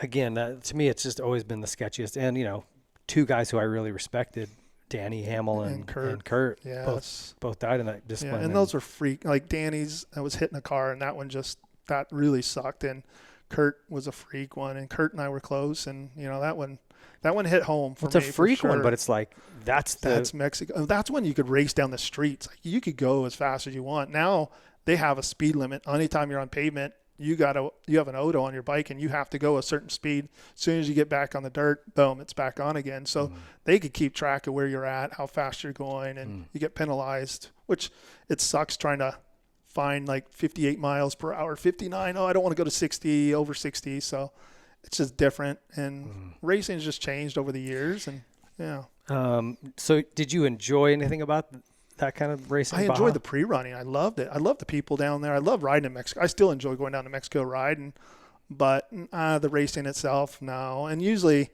most of the time, I was the first bike when I were racing, and being the first bike out there, like through anything, they don't know until you're going through areas and you see middle of nowhere. When I say middle of nowhere, I haven't seen anybody in 30 minutes, and then there's a group of 30 Mexicans just in this one spot. And usually it's a booby trap or something they set up. And a lot of times they set something up like a jump. But the problem is their jump is 4 feet tall and abrupt. So at like fifth gear, you don't hit that thing. So I check up, and I was just the younger, it's youth. And, I would check up and hit it and do a one-hander for them or whatever, and back on the road. But it's scary. Like, you just got to pay attention to your surroundings. Great tacos down there, though. Oh, I love it. Yeah, they have good beers. I love their sodas. They have good Pepsis down there. Oh, man. Okay, ISDE. Let's talk about this. I really like this discipline of racing. I think it's if you want to evaluate a guy as a complete package of an off-road motorcycle guy, this is kind of it, right? Because you have to be able to ride any terrain, and depending on where it's going, it could be. Is it Chile this year or Argentina? I don't honestly know where it is this year. Yeah. It could be dusty, rocky desert, or you could be jungle, like wherever, right? Yeah. So I do really appreciate it. The sketchiest thing to me, or the thing that, not that I do it anyway, but if the one thing that would deter me is the working on your bike. You have X amount of minutes to do a tire, to do this, to do that. Man, I'm out. No, it's not that bad, honestly. And I know, like I say, at the end of the day, I work on my bike, and we talk about strategy. As far as the riding, it's basically like an enduro. You're trail riding. You could trail ride for an hour, and then, you just can't be late at checks. Like, you got to be there early. Some of them, I'm like, I got to change a filter, so I'll pick up the pace, get to that check early. I got 8 minutes. Oh, I'm going to change the oil and change the filter here. And you have no outside assistance, meaning you can't have your mechanic. I have a mechanic at every round. And he'll be there, and I'm like, hey, dude, I'm having an issue with this. He'll tell me what to do. He could hand me the tools, but he can't touch the bike. You can't change tires until either very early in the morning, before impound, or at the end of the day. And you have a 10-minute window to change on and off the bike. That's what I'm saying. 2 wheels. You got to pull those off, change the moose, but it's all technique. They have great tire tools now you could use, and I'd have my rear tire off the bike, and the tire's already off within 30 seconds. What? Yeah, the mooses are soft. It's not too bad. But the check even before that, I loosen my nuts, loosen the lug nuts. There's a lot of little strategies, and it's back to what I enjoy. I love that stuff. And it would come down to the end of the day. All it was is everybody's special test, all the top guys. Every second in a special test is a point. So at the end of the day, all the tests are combined of yourself, and at the end of the day they go, okay, you got 1,020 points, and then the next guy's 1,023. You're like, after all those tests, these guys are all within seconds of each other, and it's pretty awesome. And I loved it because, like you said, there's some rounds where I spent time in Europe and it's muddy, and I've been fortunate to be on some. Did 10 of them and 7 gold medals, and man, I was on some really good teams that were with some phenomenal racers, and I loved it because all the guys I used to race with in America, there's 6 of us on the trophy team, and we were all walking tests together. We'd spend 2 weeks of walking tests. So you have to walk the test. You can't ride them. And when you get to it, you better throw down. And these grass fields, whatever it may be, and there's rises, and okay, this one's it's a rise. You can hold it wide open, or this one's going to make a left at the top. So it's pretty cool because you have to be good at a little bit of everything. And are you competing with your teammates? Yeah, well, all of our points, so they would take like the best 5 scores of the 6 riders. And, we had 2 years, we got on the trophy team, meaning we were top 3 overall, which was pretty awesome. And they've won it since then, which was pretty awesome. And Ryan Sipes and Taylor Robert have overalled it, as far as Americans go. And, that's pretty cool thing. But, yeah, it would just combine the scores of the best 5, and the 6 would be a wash. And, but if you lost 2 riders, you're pretty much out of it. So, and it's a team thing. So it's, it's like the Olympics. To me, I loved the country thing. When it came to our country, we all got along for the most part, but we would help each other out. Like, hey, Kurt would be like, Destry, try to set up here. We'll cut back under. We'll move this rock right here. And there's this line you can set up to the next corner. And 2 seconds, like I said, would help you for that overall the next day. So you weren't really worried about, I see this line, but I'm not going to say anything because I want to beat these guys. You're trying to help each other. If it was at home, 100%. I'm like, I'll hide a bush over a line I wanted. So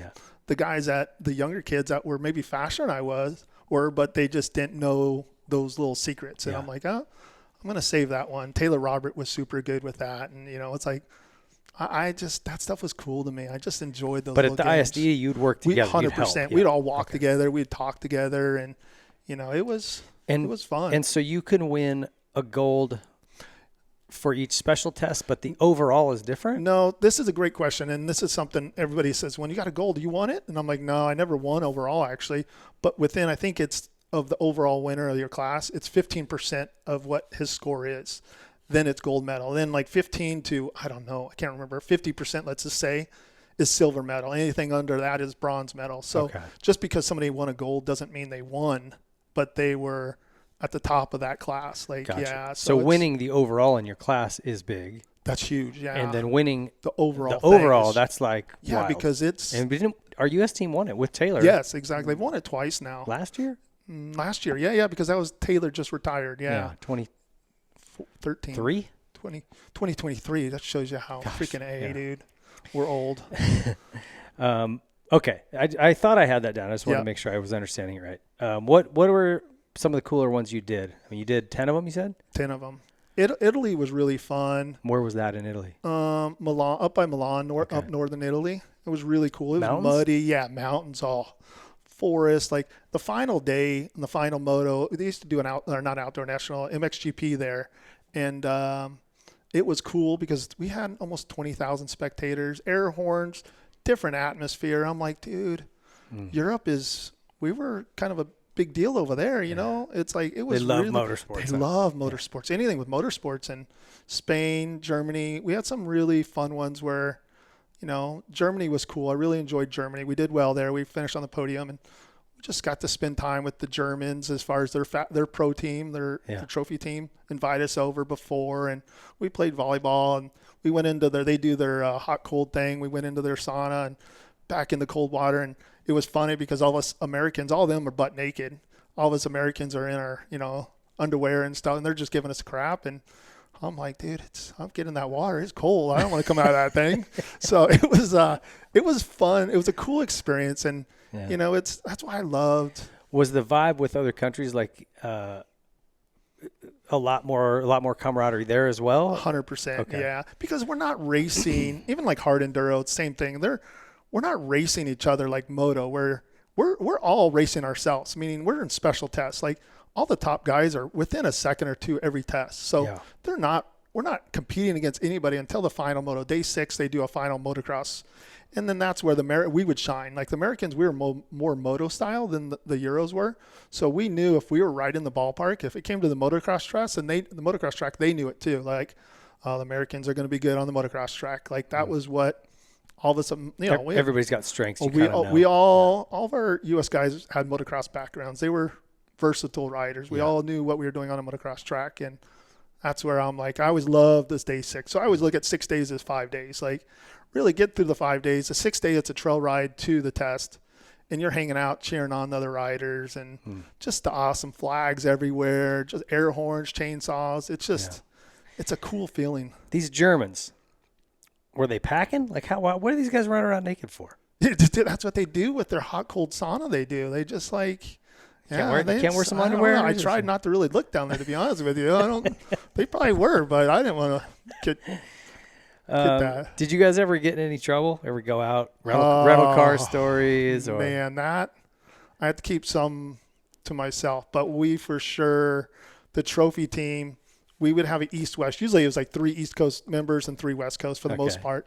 And we would have 2 cars. And, there was some stuff going on that was bad. And down in Mexico, we had one, Nathan Woods, Mike Brown. They were on a team. And at the end of it, after day 6, this fire extinguishers thing. We did some stupid, like I look back and Mexico was a place, we're down by Mexico City, and that's not an area you don't want to go to jail. Dude, I look back and I'm like, man, I would be pissed if I found out my kid did that, and I'm like, that's just being young and dumb. And, I was young and dumb. We all did it. Yeah. We all did it. That's funny. All right. Okay. Hard enduro. Let's talk about that. Yeah. These are really gnarly to me. Yeah, super gnarly. Do you enjoy that kind of stuff?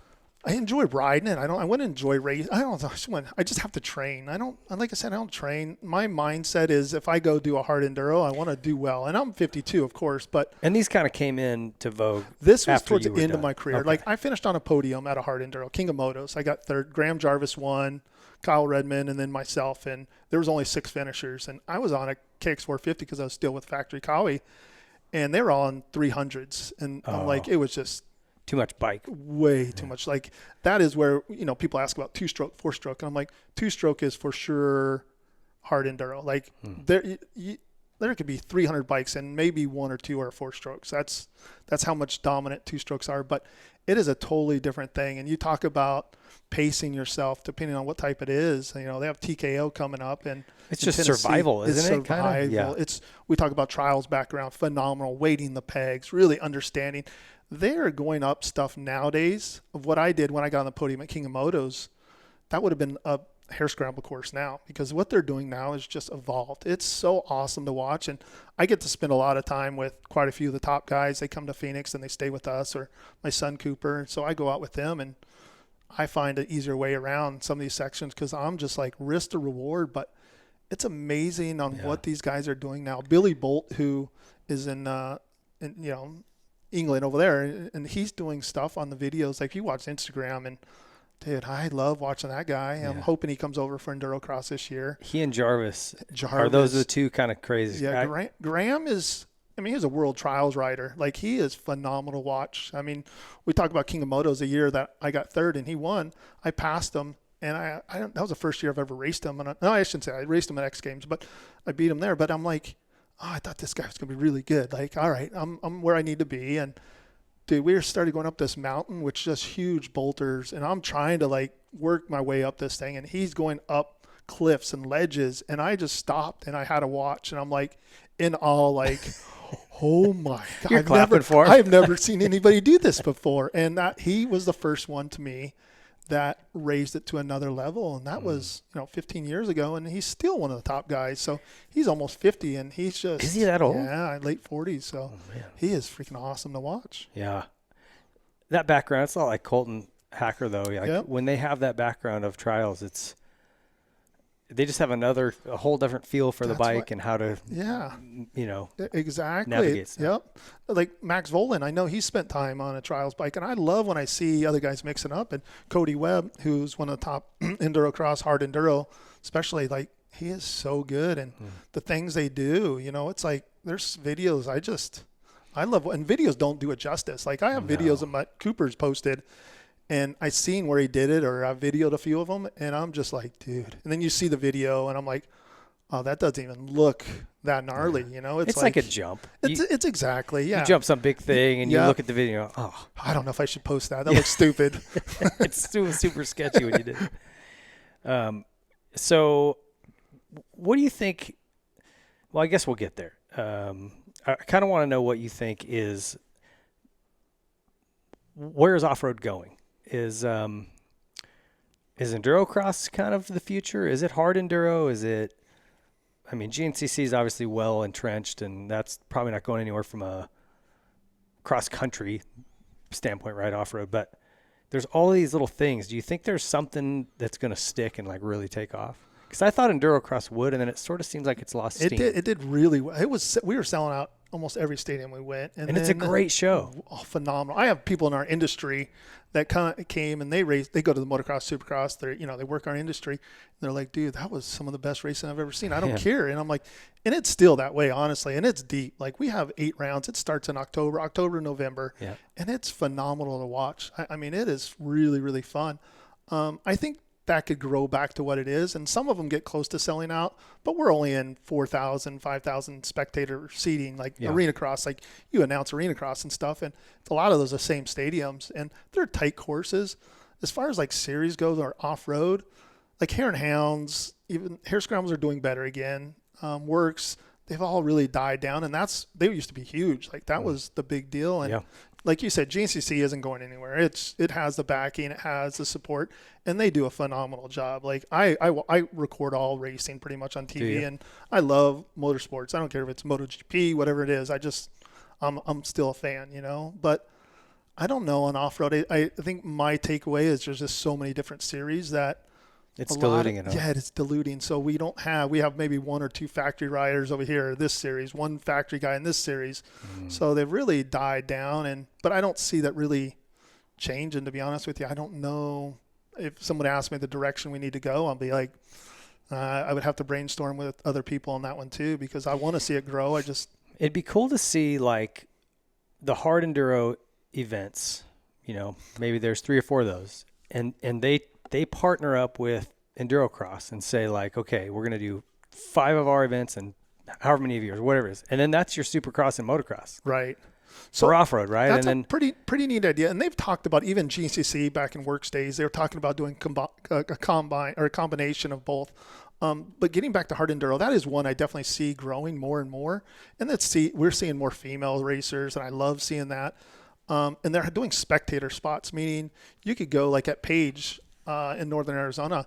Dude, it is gnarly. Like it is like Red Bull Raymaniacs on the bicycles. Like the stuff they're doing is giant. Like, and you go there and you just see carnage. Like you could sit at a hill and just like in awe what these guys are doing. Like I would have never thought it's possible to go up some of the stuff or even down what they're doing now. So they're doing a good job at making it spectator friendly. We're like desert racing. It's not spectator friendly. It really isn't. Something they're doing I really like is they do a straight rhythm. Like at Page, they did a straight rhythm. Like, I've seen those. Yeah. And it's like at TKO, they're going to do it in downtown Nashville. They're doing it on Broadway or whatever they call it. Yeah. They built a course that they're going to do. I don't know if it's Thursday night, Friday night. And it is freaking awesome to watch. They like go down and back, right? Yep, they go around, flip you, and they have their own lane, and they switch, and it's, you got to win best of 3, and then you move on to the next round, and it's packed. It is so much fun to watch, and so they're doing a good job at kind of implementing a little bit of enduro-cross, because enduro-cross and hard enduro are a lot alike in some ways, but the intensity is a lot different. So, and then intensity enduro-cross is a sprint versus more of a marathon. Like it's supercross and motocross. That's pretty much what it is. Yeah. Like. So I thought if those 2 could partner up and maybe get... And those riders usually race both of those series. Those are 2 of them that they go back and forth with but they're jumping in. I see comments and stuff and I don't reply because I know I get bashed. But enduro-cross from when I raced the very first one. And, I stopped racing them 2 years ago. I just did some vet class ones. But the courses are getting so much gnarlier and guys are jumping stuff. They're hitting K-rails and jumping over another K-rail and I'm like, they're like, oh, they're like supercross tracks. And I'm like, dude, they're not. The guys are just so good that they're making these tracks harder and harder. And the tough thing with that is they have amateurs. So they got to either have a pro section or the rest of the track's pretty easy for the pros, but the amateurs still can't. You watch amateur moto and you watch the pro moto, the amateurs make it look as hard as it is. And it's hard. But when you watch the pros, they just make it look easy. So it's like you watching Jet go across whoops. You're like, oh, that doesn't look too bad. He just sits back and stays on the throttle. And I'm like, dude, it's not that way. It's the top guys at, let's say any sport, basketball, golf, they make it look easier than what it is. And that's exactly what those guys are doing because they've evolved that sport. Yeah, it's neat. I really enjoy watching it. Like I said, I hope that they can get a little more organized because I feel like that's just the thing they're missing. Work together, get organized. Correct. Because to your point, when they each just do their own thing and they are all trying to squeeze the puppy too tight, their little piece of the pie, it's hurting them all. I agree. Because the manufacturers are going, well, I can't support 7 series, guys. That's Works in GPC. Sadly, they're the same type of series, and the manufacturers are like, hey, you guys doing the same rounds, the same places really isn't helping us. So, yeah. Okay. Erzberg. I know this is similar to be a hard enduro, but did you ever do that event? I never have, no, because I was a Kawasaki guy, and we didn't have a 2-stroke, and that's one you'd want to have. And it's a big Red Bull event. So, as much as I'd like to have gone, no, I never did it. Okay. I've never been over there. It would be fun just to go and see. And my son Cooper raced it last year or the year before, and it's like anything. You go the first time and you learn so. He's like, dude, it's gnarly. Like it's just big and I would never. Yeah, this is another one. I'm like, yeah. And I've seen McGrath go over there. I think Travis Pastrana tried it. Yeah, and that's another one. I'm just like, dude, that's bitching that they went over there and tried that. Well, Travis did his own hard enduro down in Puerto Rico next to the water, huh? Yeah, you didn't go to that? No, I didn't go to that one either. No. I thought maybe you or Cooper went. Yeah, no, he didn't go to that one. He had like a wooden ramp berm that went over the water. Yeah, I was like, and I saw some launch out into the ocean and stuff, and that looked pretty cool. Anything Travis is doing is usually pretty cool. There's another badass. Okay, let's take a little break. I want to get into your moto, the Loretta stuff, and some of that other, but let's take a quick break. This is your Troy Lee Designs timeout. Stick around. We got more Destry Abbott coming up. There's a new product on the market that's going to help you with your riding and racing, and it's Elevate Action Sports. If you've not yet gone and checked it out at elevateactionsports.com, it's a collective of riding coaches, the likes of which has never been put together. Grant Langston, Ryan Hughes, Jeff Emick, Johnny Campbell, and myself, David Pingree, bringing all of our years of experience in professional racing to one place with professionally produced videos and all kinds of supporting staff to help you with your mental side of racing, your physical side, your bike setup, your bike maintenance. We cover it all. Get to Elevate Action Sports right now and join the community.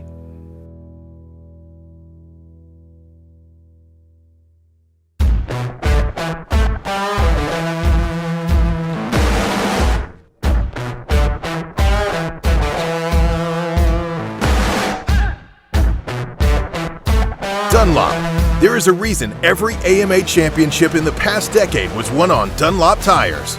They are the best. Choose the best performing tire and a brand that has never wavered in their support of our sport. Choose Dunlop. Pro Circuit. Pro Circuit products are designed with one goal in mind: winning. Through passion and hard work, Pro Circuit has operated the most successful 250 team in the history of the sport. They use that same formula when developing exhaust, engine, and suspension parts for every brand. When only the highest level of performance is acceptable, trust Pro Circuit. Since 2009, Seat Concepts has been dedicated to making the best aftermarket seats. More comfort, more grip, more riding. For 10 years, we've continued to raise the bar. Innovation and American craftsmanship make Seat Concepts the world-leading manufacturer of power sports seats.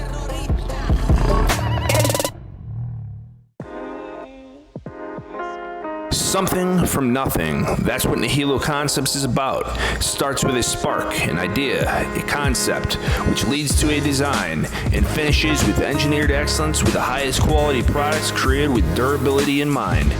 All our products are made in the USA at our state-of-the-art facility in Stuart, Florida. Whether you are a weekend warrior, ride for fun, or at the highest level of competition, Nihilo Concepts offers innovative titanium, aluminum, and carbon fiber parts for your dirt bike. We offer a wide variety of products that you can customize to your liking. Browse our site for foot pegs, brake tips, engine components, specialty tools, frame grip tape, lever grips, carbon fiber components, motor stands, our secondary on-switch, plus much more.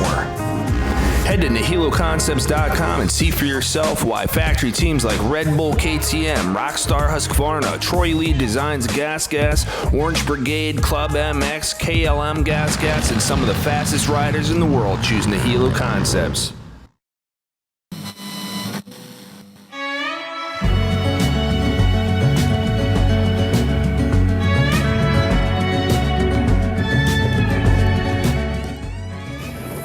Specialized Bicycles. Specialized leads the way in the world of bicycling.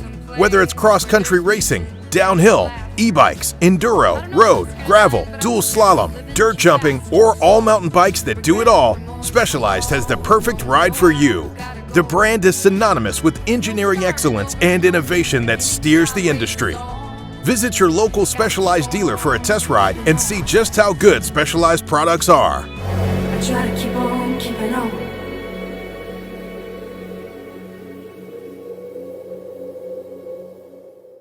With a rich history in motocross, Pro-X has been dedicated to supplying quality components since 1975. Whether you're rebuilding an engine or just need a new chain, Pro-X Racing Parts aims to bridge the gap between OE quality and affordability. Pro-X has over 9,000 part numbers and over 60 different product types that are manufactured by highly reputable or even OEM suppliers and are offered at affordable prices to help keep riders on the bike instead of in the garage. Visit Prox.com to search parts for your bike or check them out at your favorite online or local dealer. A lot of us have been talking about the Stasic generation of riders, and you forget how quickly things can change in a sport that is as young as motocross. That's 6-7 years that these bikes have been around training riders. So we have a Stasic generation out on the racetrack. A lot of those riders surely were raised on Stasics, and the skills they show are next level. All the things that coaches have been teaching riders on larger motorcycles for decades, they're doing it younger than ever, and it's hard to believe the Stasic generation is already here.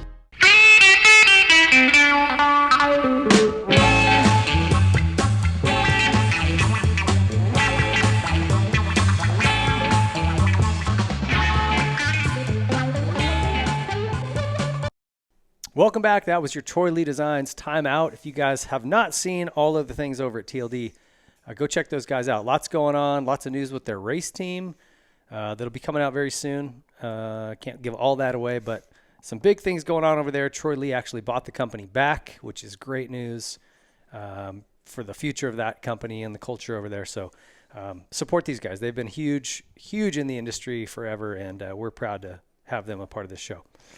Okay, Destry, let's jump back in here. This actually, I've forgotten that you raced Colorado and qualified. Oh, yeah. But let's go back even before that. Let's talk about Loretta's, because you did do Loretta Lynn's a couple times, right? Twice. But not as a young rider. No. You went to do the vet classes. Yeah. It was kind of after my factory off-road days. I went and did 30, 35 plus, and then 35, 40, I think. A few years later, I went back and did it again. Did Cooper race? No, he's never raced there. Oh, yeah. okay. He has a moto background, but with Sherco, he actually raced an arena cross. I know you announced for it. Yeah, it was Prescott, so he yeah. went up and did that. But he likes mixing it up, too. It's just Sherco's not much of a moto bike, to be honest with you. It's a great hard enduro and extreme kind of enduro-cross bike. Great dual sports. Yeah, in Europe, it works great over there, too. But yeah, so I love racing Lorettas. Like I told you earlier in the show. Yeah, what was your experience like? Because I haven't been since 92.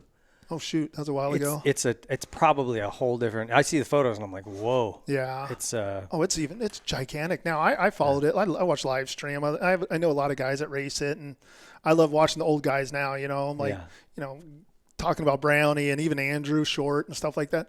I hear the comments like, what are those guys racing those classes for? And I'm like, what are we supposed to do now? Like, you're supposed to done racing. It's a tough one, and I'm sure you could get into that more than I do. But well, here's my opinion. You tell me what you think. I think it's great having those guys there for the sport, for every But I also see where like a guy who's a novice, intermediate level vet rider is going, well, I'm supposed to race Mike Brown. I mean, come on. So I think they ought to have an additional class that's like if you ever raced I think 45 plus class, they have it where you can't. I don't know the exact rule, but you couldn't score a point or something along those lines. I don't remember what it is. I think you're right, and I think that's good. But my opinion is because the problem is they don't have room for more classes. It's like jam packed, right? Yeah. So this is controversial. I get emails every time I say it, but like, get rid of the C classes. Who cares if you're the fastest novice in the country? Yeah. This is supposed to be an amateur national championship. So like, have it be just B, B and A and mini classes, right? You could get into the B class, dude. When I know the last year I went, and I don't even remember what year it was, to be honest with you, but the B class were throwing the fastest guys there. There's a couple B riders that were doing the same lap times as the pros, the pro sport. And I'm like, oh my gosh. So then, I'm like, gosh, those guys shouldn't be in there, but it's the way, that's the way those guys are continuing to see their sponsors, Team Green or Yamaha's like, no, we want to keep you to win in this championship and then move up to A and then pro sport. I just don't see the point of novices being there if we're jammed for time. It is a tough one. Make more kids classes, make more vet classes, make an electric bike class. Like there's some things you could do to make, if you got rid of those, to add room for others where a novice could still even go, maybe, if he's good enough. Right. I don't know. Yeah. But I think that's such a cool event. I think the downside of it is so many kids or their parents. I work with plenty of mini, and I work with a lot of moto guys because, like I said, I have a moto background that most don't realize.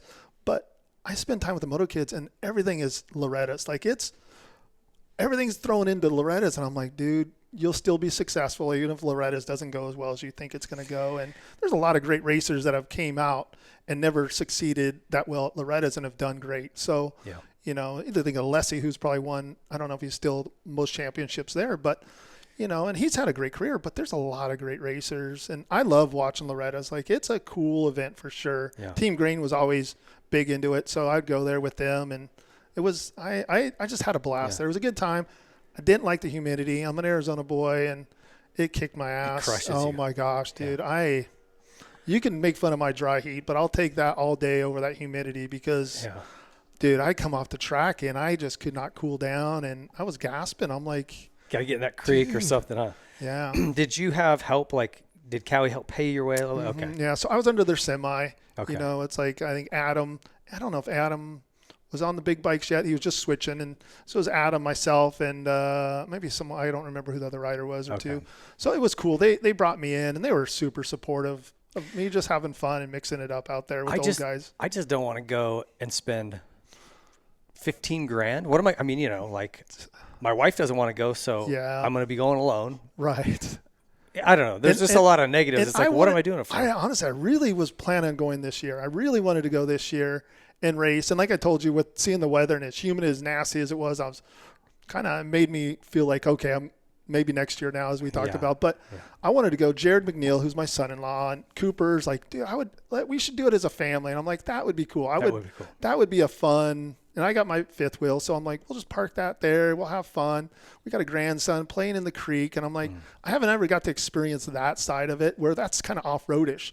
When I see people, when I was there, I went with Cooper, my son, but he was young, and we were just there to race, and still mentally that's where I was focused. And now I'd love to go and enjoy the camaraderie, walk around, and it's like I got to save energy. I don't want to waste time or waste energy being out in the creek doing this. But where I'm at now, I'm like, I would love to go and just have fun. Take it in. Yeah, you know what? My expectations aren't that high. I just want to go have fun and watch some awesome riders and really talented kids coming up. Well, I turn 50 next year, so it's my year to go. Dude, we should race together. We raced together at the Vet Nationals. I don't know if you remember Glen Helen years ago. I wouldn't know the years. Yeah, I don't remember the year, but I do remember. Yeah. I think that was the year I swore I'd never do that race again. Yeah. That was Glen Helen's more of an off-road kind of track for me, It's nothing huge. That place, that time of year, it's hard and dry and choppy and I just don't enjoy it. So I wouldn't mind. I was looking at the schedule. This year I was going to go do the Vet Nationals, but I got to go to all the enduro-cross rounds, and we have an enduro-cross. I think we're in Idaho or something. So I'm damn it. Because like I said, I still moto, but the problem is I got to train, and I don't really don't do that much anymore. Well, that's the other thing. I talked to Fro about Loretta's, and he goes, "Man, it's no joke. Like if you're gonna go, it's like you need to be doing motos, and you need to train." And I'm like, man, am I really willing to make that commitment? Yeah, that's where I kind of was. So tell me a little bit about Cooper. Oh, well, hold on. Let's talk about Colorado. How many nationals have you tried to qualify for? I would say 8. I did Redbud, Budds Creek, Colorado, Washougal, Hangtown. One other one. You've done a lot of them. Yeah, I've done quite a few. Yeah. So I qualified for a few. Washougal, I qualified. Washougal was my last one. I think it was 2009, 10, 11, somewhere right in there. And I was in seated practice because I made it in Colorado, and I got 20 or something there. And then the 450 class. And then I went there, and AMA seated me into the A class or A practice. And freaking A, I was that guy. I didn't want to get anybody's way. I was so more worried about everybody else. Yeah. And I remember jumping behind Shorty, and RC was out there, and I just did not want to screw them up. And it was the first session, and my time already seated me in, so I was pretty good. At the end of the whoops, got a swap and faced into the flyaway jump on the finish line at Washougal. Busted my lung. I'm coughing up blood. So they red flagged it. Some freaking off-road dude cartwheels himself in the A practice, and and I remember a couple of the buddies messaged me. They gave me crap for it, but I was good at it. But I spent the night in the hospital, and that was my last outdoor. But I did quite a few, and it was fun. What did you think of Redbud and Budds Creek? Those are two pretty cool venues. Redbud was Cindy. So I'm an off-road dude, so I need time to warm up. And the first practice is send it, and I was in B session. So muddy too, right? Muddy, deep, dude. It was so deep, and there was some I didn't jump the Roccos, but that year I think there's only 3 250F guys doing it, and half of the field in the 450 class. And even first practice, there's a lot of guys not because it's so muddy. Yeah. But I was happy. I mean, I remember standing on Friday, standing on that face going, way bigger in person than it is on TV, because I do not want to send this. And luckily I didn't have to send it, and I wasn't losing that much time to me. And I'm like, I missed that by I was 41st. Oh. So I went to the LCQ because I missed it there, and I was 6th in that. But I love that. That was neat. I enjoyed watching too, but that was one I really wanted to qualify. Budds Creek, I cartwheeled in the very back section going down the hill to make the left, and jumped off the track on the second lap, landed in soft stuff over the bars. I ruined the bike, went back, and I didn't finish that one. And then the second practice I did really well, but the track was so much rougher. Oh. So I didn't make it in. But again, that was freaking cool to go and line up there. And, it was, and so, I was the off-road dude with handguards. I had a stabilizer on, I was. You didn't keep the big tank on, did you? No. I wasn't. I'm pretty squiddish, but no, I didn't have the big tank on. Did you? But you qualified in Colorado and Washougal, but Washougal didn't race because you got hurt. Correct. Yes. Tell me about the motos at Colorado. How was that? What was your kind of impression, your takeaway? The elevation. I didn't. Like I said, I went there. I got a little support from Cowie, but I had my own little pit. I wasn't under any rig or anything. But my bike started getting hot and stuff, and dude, it was popping, and I'm just I'm scared to jump a few of these jumps because the bike's just so much slower and hot, but I enjoyed it. I loved it. It was really, really cool. So there's quite a few off-road guys during the work series. We had a break. So there's quite a few of us that went. And I think Dietrich did well. Dietrich did really well. When he lived in Arizona, we trained 4 or 5 days ago, or 4 or 5 days a week. And we spent a lot of time. And he started taking a spot at Cowie when he did really well, and he got some top fives. That's right. And then he moved over here in California, and he did well, but he went that direction and kind of died off a little bit as far as results. Making some bad choices over here. Yeah, exactly. And Ricky's a good dude. I liked it. I don't get to chat with him much anymore, but we spent a ton of time, and we would push each other. So I always enjoyed riding and training, and that's why I love doing what I do now, because I've always spent time with my teammates, and I would always invite them to the house. And Gary Sutherland was another one that moved to Arizona, bought a house, trained together all the time. He won a Works Championship here now. Oh, I didn't know he lived in Arizona. Yeah, he lived in Arizona for a while in the Northwest. Dietrich, same thing. And it was cool mentoring those guys, and we'd push each other. And Gary's a great dude. Gary's an awesome He's dude. A Montana boy. Yeah, he is a Montana. Actually, I talked to him on the way here. He said to say hi, and we're going to go to dinner with him tonight. So, are you? Okay. Yeah, see the family. Awesome people, him and Christy. So, but yeah, getting back to Colorado, it was. I just wonder what you're, getting to line up, even just sitting on the line go for the national anthem, and just all the stuff, right? Yeah. It's cool. Luckily, I'm fortunate that I've had some cool experiences being on the lines of events, even at Staples Center, being in the stadium for X Games, and jumping in, and I'm like, that was cool. There's some cool memories that I cherish. As you get older, you look back on things and you cherish them more. But I remember at Colorado, and this is just off-road guy, I look over and, I'm fist pumping the dude next to me like, hey, good luck, dude, because that's what we do in off-road. And let's just say, no acknowledgement, I'm like, go F yourself, dude. jackass. But shit, it was cool. Yeah. I miss those days, but I love watching it now. And, even the tracks, I'm like, oh, that jump's still the same. It's cool. Yeah. Okay. So Cooper's racing now. You guys you did the last ISDE together. I guess start with telling me a little bit about how that went. Yeah. You guys, you were on the junior team? No, we were both club riders. The club riders, like 32 guys that qualified. And we went there as a club riders, and it was neat being the father-son. And I beat him on day one, and then I cartwheeled myself on day two. Yeah. You guys had a bet too or something, right? Yeah. I broke my visor, and I knocked myself out, and I just knocked myself silly, I should say. And so I was done, but he did really well. He got a gold medal and stuff in his class, and rad. He did awesome. It was a cool experience, because I said, if you qualify, buddy, I'll try to qualify. And the last time I was doing it was on the trophy team, and I'm like, I'll go as a club rider. I don't care. I want to go and have fun. Yeah. And this was after my cancer, so my body isn't what it used to be and stuff like that. And I mean, those are moments I cherish. I mean, anything with my family and the grandson and soon to be granddaughter, I just freaking, that's what I love now. It's where I'm at.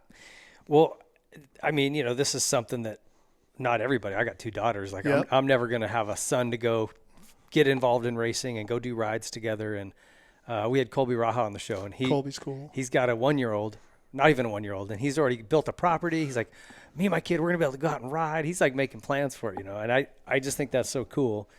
So you've actually shared your love of bikes with Cooper, obviously coached him along to where now he's his own professional racer with a factory ride. Like, that's pretty rad. And then to go do this event with him. Yeah, and one thing about Cooper, what a lot of people don't realize, is he was in his teens before he got into it. Like, I think he felt the pressure of following in my footsteps, and I used to always tell him, buddy, don't worry about being, having to be so good or whatever. And he did ball stick sports, same thing like I did in high school. He ran track, and it was 8th, 9th grade when he started going, he was on a 250F. I want to do some races. And he was nothing spectacular and just was surrounded by other pro riders that I worked with. And he started riding with us and started training with us. And his progression went really quick. And, he just had fun. And to see him doing what he's doing today is freaking awesome. Like, I'm excited for him. He's puts in the work. I love seeing him do the amazing things he's doing now. So does he now? I mean, he wants to he's locked in. He wants to. Yeah, so he's supposed to do the Super Enduro Series. Well, he's done do enduro-cross. He's doing TKO here soon in Tennessee, the final round. The Europeans come over, and they do the straight rhythm there, and that's where he did really well. Like, he made the final, and Page with him and Cody Webb came down to the end and in the final. And so he loves that stuff. Like, enduro-cross is where he really succeeds. Hard enduro, he's doing great, but he needs a little more experience there, and especially in the East Coast ones that are slippery because we live in Arizona. Mm-hmm. But he's putting in the work, and it's like anything. He's 26 now, but he's loving it. He's got a great wife, and I just enjoy watching them. Well, the cool thing about off-road is, you say he's 26, but you could go to. He's got 10 more years if he wants it, no problem. I was almost 40 when I won my last national. It's longevity there, and especially with hard enduro, that is Cody Webb. I don't know, he's later 30s, and he's still winning. He won the West Coast Championship in hard enduro, and he's doing great, dude. It's experience there. It's like we said, it's a marathon. You look at marathon runners, they're not young dudes. They're older guys. They learn their body. They learn how to listen to their body. They're maybe training differently than just throwing down motos or pushing hard. It's like you learn, okay, I need to actually feel better going into the race. So maybe less is more going into the race to get more out of myself. Yeah, I heard a great little bit from a CrossFit guy. It was a Masters guy. And he goes, back in my younger days, I'd wait for my body to yell at me. He goes, now I listen for my body to whisper. Yeah. And then when it whispers, I listen, right? That's really good. I haven't heard it that way, and I really like that. It's good. I had a long career, and I changed the way I train early on versus towards the end of my career. And I'm like, no, I'm not going to do as much. I train differently. I train more sprint speed, but not as much hard, longer. My body just wore out. It didn't recover as quick. So that's if you don't realize that and make that transition, you're going to have problems. Right? Like it's going to catch up in either an injury or overtraining. You know what I mean? Like you just don't recover like you used to. Yep. Okay, so let's jump into your most difficult challenge, your leukemia diagnosis. Take us through how you found out about that and the reaction. Just, brutal, right? Like, yeah, that was tough. We have I don't even know, it was on Amazon Prime. We have a documentary. It's strong, the Destry Abbott story. You could watch it on a lot of different things. And it was a documentary on myself and my family and stuff like that. But it was 2016. I was still racing professionally. And I was trying to go to Idaho for this one-off enduro-cross, racing the pro class. I went out there, and even months before that, I was getting different tests. I thought I had Epstein-Barr. I'm like, so you were having some symptoms. Oh, I was having issues. And I'm like, and then as I kept getting closer, I'm like, I remember practicing that week going into that race. And because I wanted to do enduro-cross, maybe it was going to be my last year in the pro class. And I'm like, I want to go and, let's just do a warm-up race. I went up there. I rode a lap and a half in practice, and I pulled off, and I had to have Cooper put my bike on the stand. I was like, something's wrong. And just fatigued? Fatigued. I couldn't breathe. My red blood count is different. My white blood, my body was, but I didn't know that at the time. And then that evening, I started getting in pain, and we flew home the next day from Idaho back into Phoenix, and went straight. We literally, from the airport, I was with a friend, Max Gerst, and his dad, and I said, you got to take me to the hospital. Something's wrong, because I was in so much pain and it was my femur. It was attacking bones. So my body was just shutting down. And so I went there, and it was the next day or two. They said, man, you have leukemia. You don't have much time. And you talk about deep. Like, it was honestly, I can't even explain to you everything in my mind that was going on, and mentally, and my family. And when I say I broke down for days. And so, I mean, understandable. Yeah. That's like everybody's, biggest fear. And they started chemo. Like, they're like, dude, we got to hit you. And I would be hooked up to chemo 5 days straight of different types, and stay in the hospital for 3 weeks, go home for 4 or 5 days, go back to the hospital. And that was in Phoenix. And first 2 months were really, really bad. And I honestly didn't know if I was going to make it. And so that's what they were telling you, like, hey, we don't know if you're going to make it. Yeah, it was not real good. And then a good friend of mine, Steve Fox, who is in Texas, owns a dealership, is on the board at MD Anderson. And he's like, Destry, we need you to get to MD Anderson. This is phenomenal facility. And of course, I didn't know a lot about it. We didn't know a lot about cancer. And so I got a flight there. We had to work on different insurance. I had to buy another insurance to be involved in. Financially, it wasn't easy, but it was the best thing, and our industry is amazing. We had a GoFundMe that my daughter started, and everybody in the industry, Kawasaki then brought a fundraiser in Arizona with a semi, and just that's something I can never thank our industry enough for stepping up for me. And they do rally. They do rally so hard, and that's why when I Matt Byton, like all these people that I enjoy, and I'm huge supporter of anybody, especially with Road to Recovery, what they do, and I'm all on board on helping out as much as I can. And Road to Recovery was a huge help for us. And so then I got there at MD Anderson, and it was basically, I tell people, it was a Motel 6 in Arizona to a 5-star. It was unbelievable. My mindset, like, it clicked. And there I was only there 5 days, 6 days, and then I'd go home for 2.5 weeks, and then I'd fly back.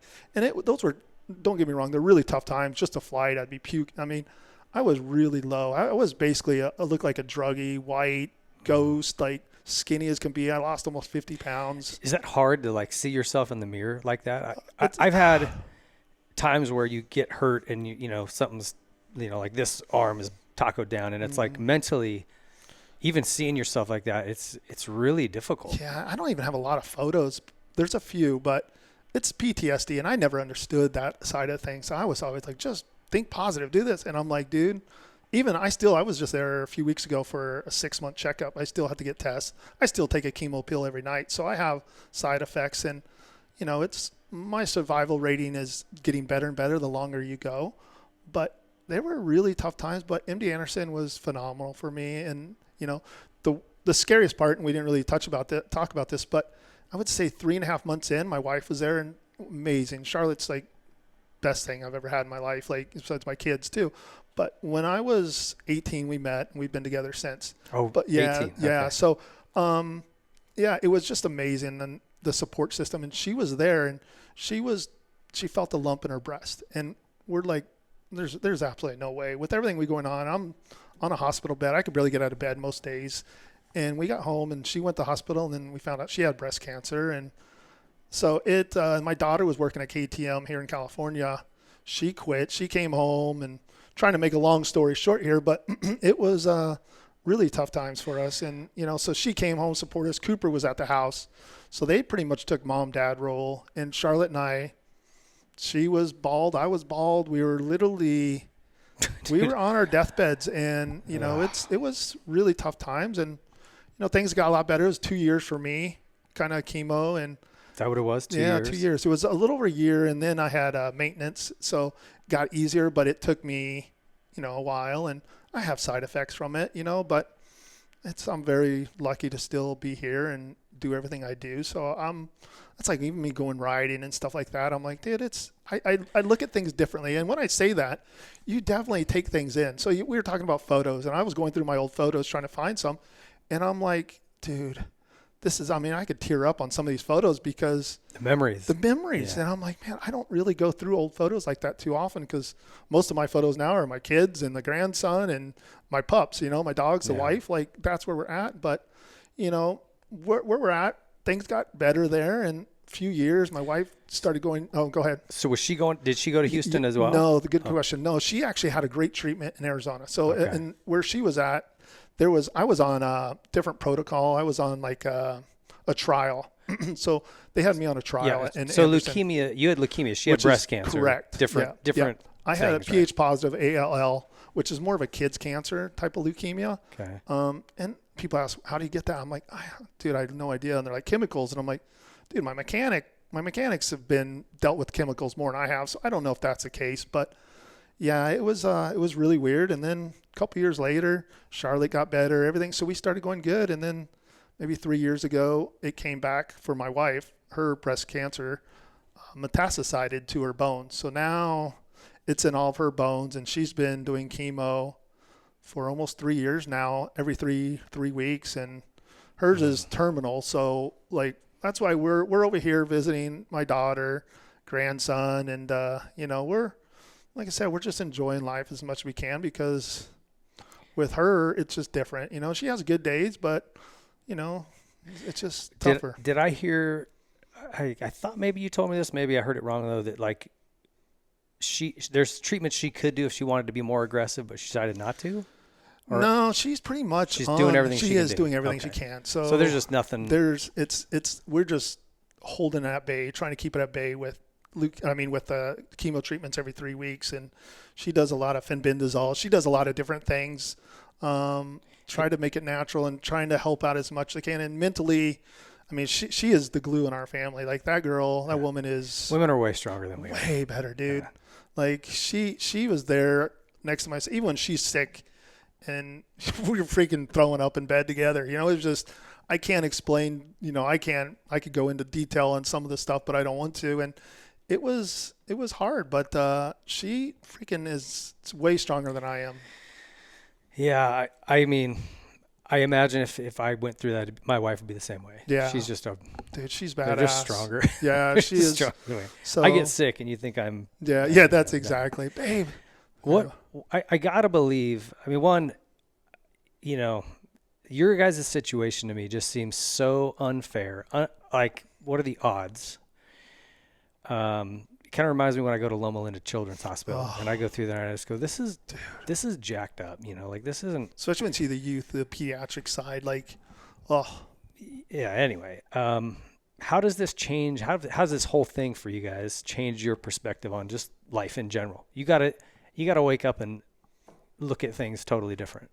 100%. It's a catch-22. I definitely do, and I know she does too. And the problem is you still have low moments. You have different kind of moments now that you didn't have before. when I was in the hospital, I'm like, if I make it out of here, I'm going to enjoy every day. And it's easier said than done because we still have struggles. And right now we have some other struggles going on. And, but we definitely enjoy the good times more and more. I love taking photos more on my phone. I cherish things more. I'm more emotional now. I could be on a hill and hiking with my pups and I'll tear up when I get to the top just because I'm just like, this is freaking, appreciate the moment. This is awesome. It's just a beautiful day. And, it's like, I'm a softie, so I get emotional and stuff like that, and definitely take it in differently. It's like I try, I should say, let the smaller stuff go a lot more than I used to. But yeah. I mean, was that, and it almost seems like that would be, the things that you're realizing now would apply to anybody. You would say, hey, you should live this way.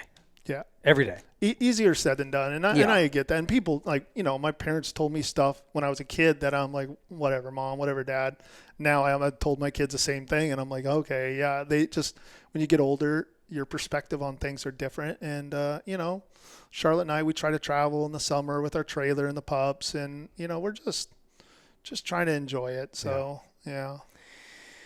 That's hard. How do the kids, how are they handling it? We have great kids. We have a great support system. Our family's close. Yeah. We're a really tight-knit family for the most part. And, my daughter has so much going on with her company, Strictly Wild, and, and then her being pregnant due here in October with our second grandchild, son, and then soon to be granddaughter, sorry. And so we're excited. We wanted to come over and see them, and Cooper and his wife Avery are doing awesome, and yeah, we love it. We're very lucky. Well, that's amazing. I just I can't imagine going through that, man, and hearing like, hey, you might not make it early on. How do you?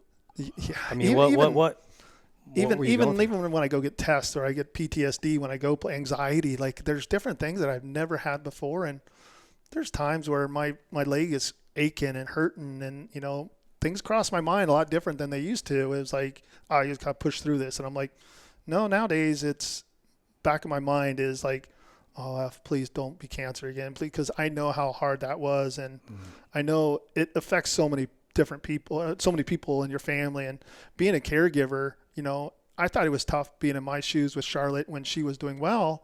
And then when she was sick, or even now, being the caregiver, there was a while 2 years ago, she couldn't get out of bed, and we had her on a different treatment. She had a back issue, a broken back. Like it's in her bones, so there's a lot of side effects. And I was found like, that side being harder? Way harder. Yeah. Way harder. I would rather me be hurting over my kid. When you're your kid, you're helpless, and that's where it is with Charlotte. I'm like, man, babe, what can I do?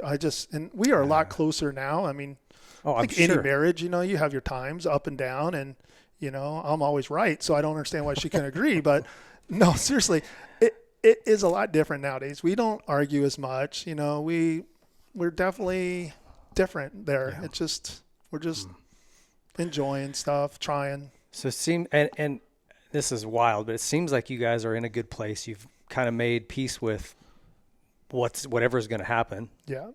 And you kind of squeezing the most out every day. That's right. Well said. And that's pretty much it. Yeah. That's appreciating every breath. Like, yes. You hear that, you'll see a meme or something on Instagram. You go, oh yeah, that's true. But no, I don't think many of us wake up and just go, man. I think you have to have tough times. And that's like, as coming up with some of my and I'm kind of switching subject. Some of my racers that have everything handed to them, they don't have that fight in them versus the kid like myself, or I don't know how you were growing up. We financially didn't have much. I just worked, and it was just old school. And so when you have bad days, it makes you appreciate the good days versus everything's awesome all the time. It's like you just kind of take it for granted. And I think that's where we've been. I'm like, we've had low money. We lived in a single wide trailer when we moved out with my daughter, and we had no money. I worked for a freight company, and I was trying to race. I was in 2021, and I'm just, I was working night shifts, loading trucks. I'd train in the day, and so it made me work harder and appreciate it because I knew that's not what I wanted to do. I'm like, no, I want to race. And I had my wife who was working at a bank, and she was supportive. But we had our daughter at 19 and 20. We were young. Kids. So So, and it was, and everybody, like I say, I kind of I don't want to say I surrounded. I was around a lot of negativity, telling you, you can't do that. You're not going to be able to do that. And I'm one that if you tell me I can't do it, I'm going to try now. So, it's family or what do you mean? Family. Yeah. My mom and dad are awesome. I love them. They're still great people. But my dad is just old school military, and he would. You're not going to be able to race against those guys. Those guys are really good. And I'm like, no, I'm gonna prove you wrong. So I was always a prove you wrong kind of guy, and so that's why with my kids, I try to be, or with my riders, I try to be super supportive. I'm like, I did better when I was around some trainers. Positivity. Yeah. Like I want to make you feel better. Like I want you to be excited for me. I want you to be proud of me. So I think what you're saying about growing up with less, like if you look at, I don't know how it is in off-road, I'd have to dive into some of their careers, but like moto guys, all of our greats came from very blue collar families. Yes. They're not silver spoon kids. Yeah. And in fact, the only kid I really can think of who is excelling is Deegan. That's well said. Yeah. That's come from money. Right. Yep. So does it make you nervous? Not that you're spoiling your kids, but I worry about this with my kids. Like my kids don't want for much. And sometimes I go, damn it, I should have made life harder on them somehow. But I mean, how do you do that? Yeah. I mean, I try to instill good values, but 100%. I want to give my kids as much as I can, but I got to find that limit. And that's definitely tough. And it's been tough for me. I'm not saying I've made all the great choices with our kids. Like I've screwed up. Charlotte screwed up. We've done stuff and we went, all right, I shouldn't have done that. But I guess that's, you're learning as a parent. There's no manuals for those things. No, there's no manuals. And I've failed plenty of times, but we have two great kids, and they're doing awesome, and we have a great relationship with them. Is that because I'm not quite there yet with mine. Mine are high school age.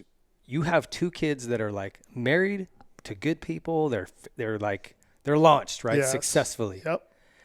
How that's got to give you some just peace and Yeah, especially when we get to spend time with them and stuff like that. It's tough with my daughter living over here in California, and then we're in Arizona, and that's where Coop and his wife are.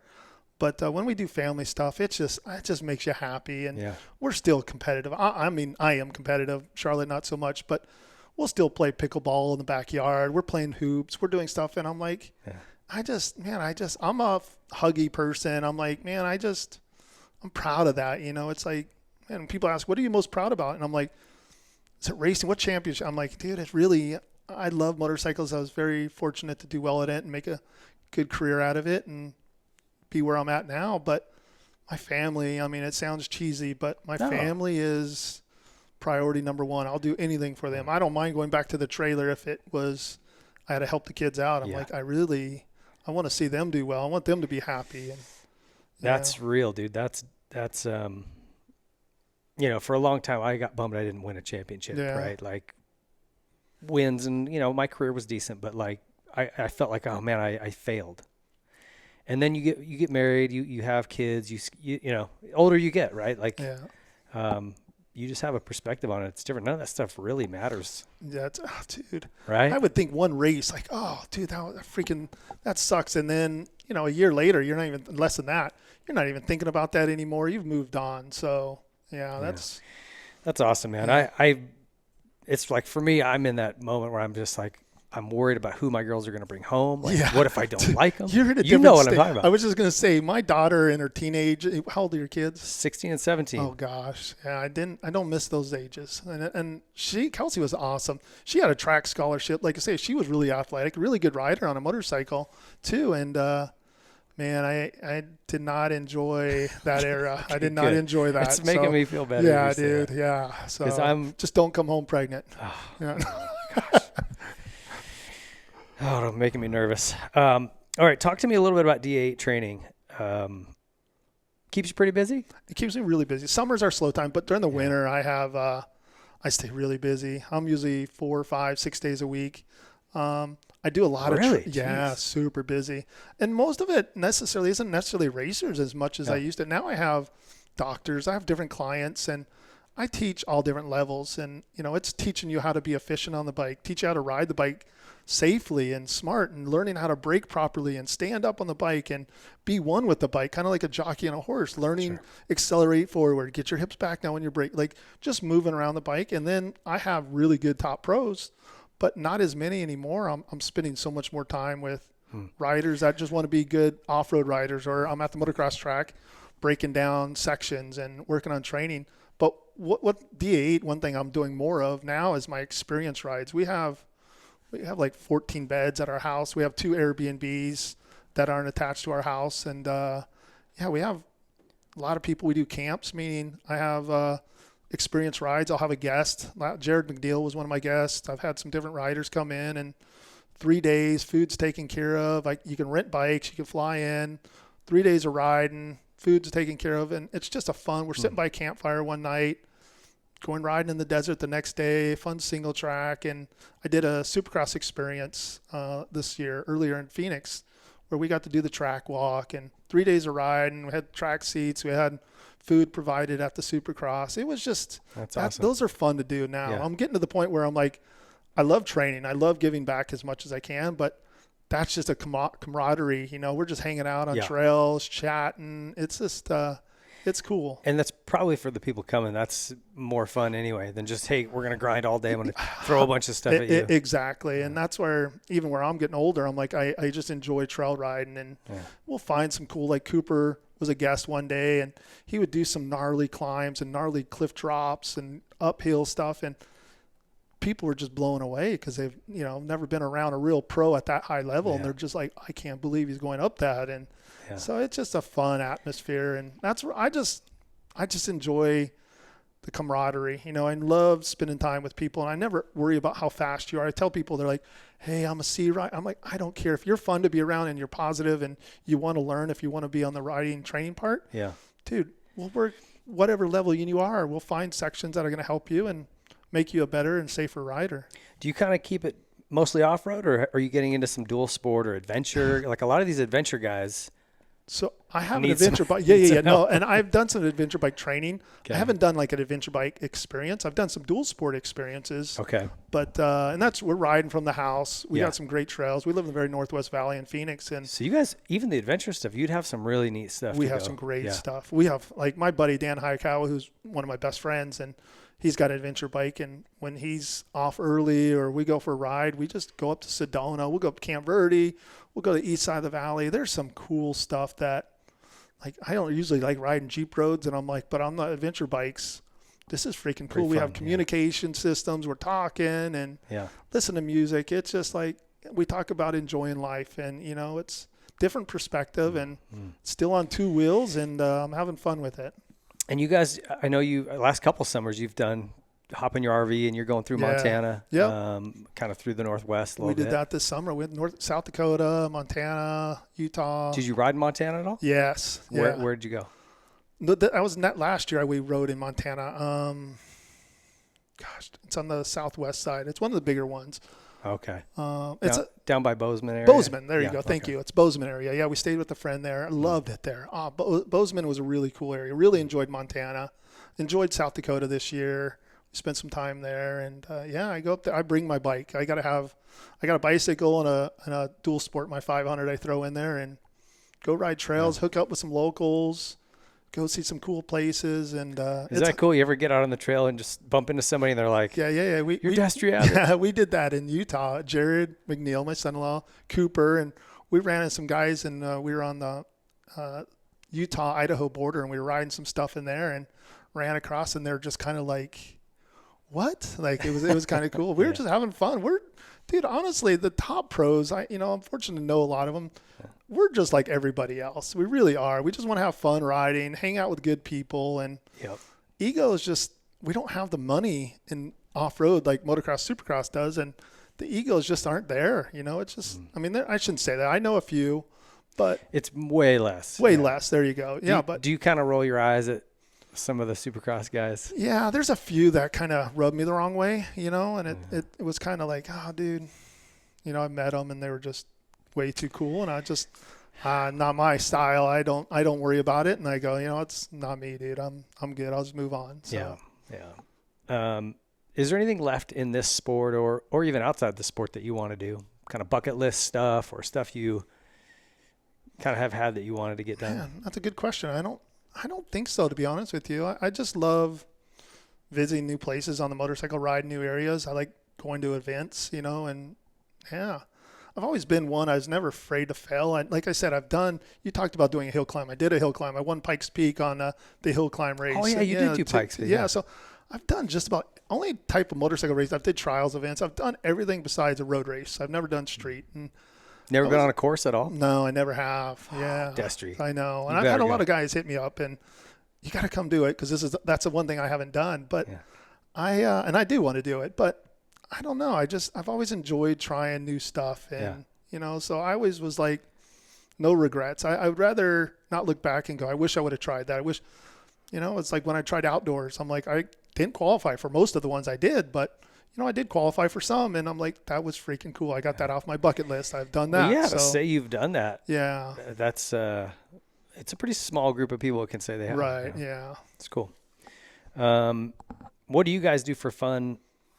You and Charlotte, if it's not bike related. Nowadays, you got any hobbies? Not as much as active stuff, just because it's harder to get around and she can't hike like she used to. And we used to love hiking with the pups and stuff. Now we just like traveling. So like I said, the summers when we travel quite a bit, I'll go bicycle, do my thing, and then we go back. We can go drive and visit some lakes and just visit places and stuff like that. Like just enjoy going to some pretty places. But as far as I like golfing.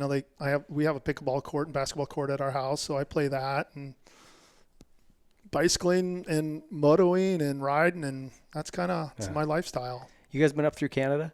Yes, a little bit. That was a long Lake Mary, like Banff area? No, we have not been there. Yeah. Beautiful. So, yeah. Beautiful. Yeah. We don't have your budget, dude. Well, if you guys ever would do a road trip, it's what is it, the Trans-Canadian Highway? Oh, is that what it is? When you go up into Alberta, I think right at Calgary and head west. That loop from there to Whistler. Oh, Whistler. Whistler would be bucket list for sure. A little downhill stuff there. That would be fun. So fun. That whole trip's really cool. So, our last question we ask everybody is how you want to be remembered in the world of motorcycling. Kind of a legacy question. That's a good one. Man, I didn't even think about that one. I don't know. Just a good person, just normal, just like everybody else, and a caring person. I really feel like I've never changed over my career, even when I was at my peak. And when I was a young kid, I was super shy. Most people don't realize how shy and quiet. I was extremely shy. Like I was that guy that wouldn't even look at you in the eyes. And, Kawasaki did some media classes with me, and I had to learn how to talk to people. And, I hated doing it, but I look back and I'm like, I'm really happy I learned all that. But I don't know. I think just being who I really am is just, I'm real. I don't know. I love the sport, passionate about it, and love giving back. I don't know if there's really one word or how I would phrase it, but I don't know. I'm just. Well, I love you're super even keeled, man. Like you just said, you kind of always been the same guy. And I don't know, when we first met, it's been a long time ago. And you're the same guy. I mean, which is a good thing. Yeah, as I say, I like that. I'd like to think that's a good thing, but thank you. Yeah. And I don't know, just very lucky, man. I really am. It's like we talked about, I came from not much at all, and I appreciate everything now. And even being on your show, I love watching it and listening to it when I'm driving or whatever it may be. And it's freaking cool. Like I'm like this. I know we've talked about it, and I'm like, I need to get over there. It's just I'm not a big look at me kind of guy at all, and I'm excited to. Yeah, but it's cool. This is cool for people to be able to get to know you, because you can't talk to everybody, right? And I feel like you really get a sense of who somebody is when you sit down and talk for this long. Yeah. Not how long it's been. It's been a little while. Yeah. So I appreciate you coming on. I've always respected the heck out of you, and not just your riding, because you've kicked my ass a pretty good number of times. The events, like that vet race, you probably beat me. I did. Yeah. I was hoping you'd bring it up. I remember it, but yeah. How do we do? I don't know. I think because Rhino won, maybe. I'm sure Rhino won because Rhino was there. But dude, I was top 5, but I honestly do remember battling with you in one moto. Yeah. Like we were pushing each other. Yeah. Maybe Kyle Lewis was there. Kyle Lewis, that's right. Kyle, is he still training? I know we're jumping. Yeah, that's good. Kyle was a cool guy. Yep, Kyle's always been a good dude. So anyway, always appreciate you, man. Thank you, dude. I'm happy I got to get on your show, and I don't know if I want to watch or listen to it, but because I don't like watching myself, but I'm I'm excited to be here, and I appreciate you having me on too. Well, I know what I'm getting you for Christmas. It's a white and blue striped collared shirt. I'm going to send it to you. That's awesome, dude. Thanks so you, much, buddy. brother. Appreciate it. I appreciate you coming on. Amazing career. Stick around, folks. That was Destry Abbott's story, and we'll be back to wrap up the show. All right. Hope you guys enjoyed Destry's story. What a great guy. I've known him a long time, fellow Arizona rider, and just an amazing racer and more so an amazing human. And he's handling his situation with cancer with he and his wife, I think, better than most people would. The positivity that guy has is crazy. It's a sad situation, and anyway, I'm glad we got to have him on and share his story, because he is definitely on that list of all-time elite off-road legends. And so big thank you to Destry Abbott for making the time. And our sponsors, you see all these guys here over my shoulder, just incredible brands and companies. We really are careful who we partner with on this show. It is elite level companies only. If it's a product that's shoddy, they're out. It's just kind of the way we've operated this. And I really want to thank Yamaha. They've stepped up as a title sponsor of this program and a lot of what we do for a long time now. And so big supporter of ours. So appreciate that. And they're making the best bikes, so it makes it real easy for us to say, hey, go pick up a YZ. The 450 is, the best 450 right now you can get.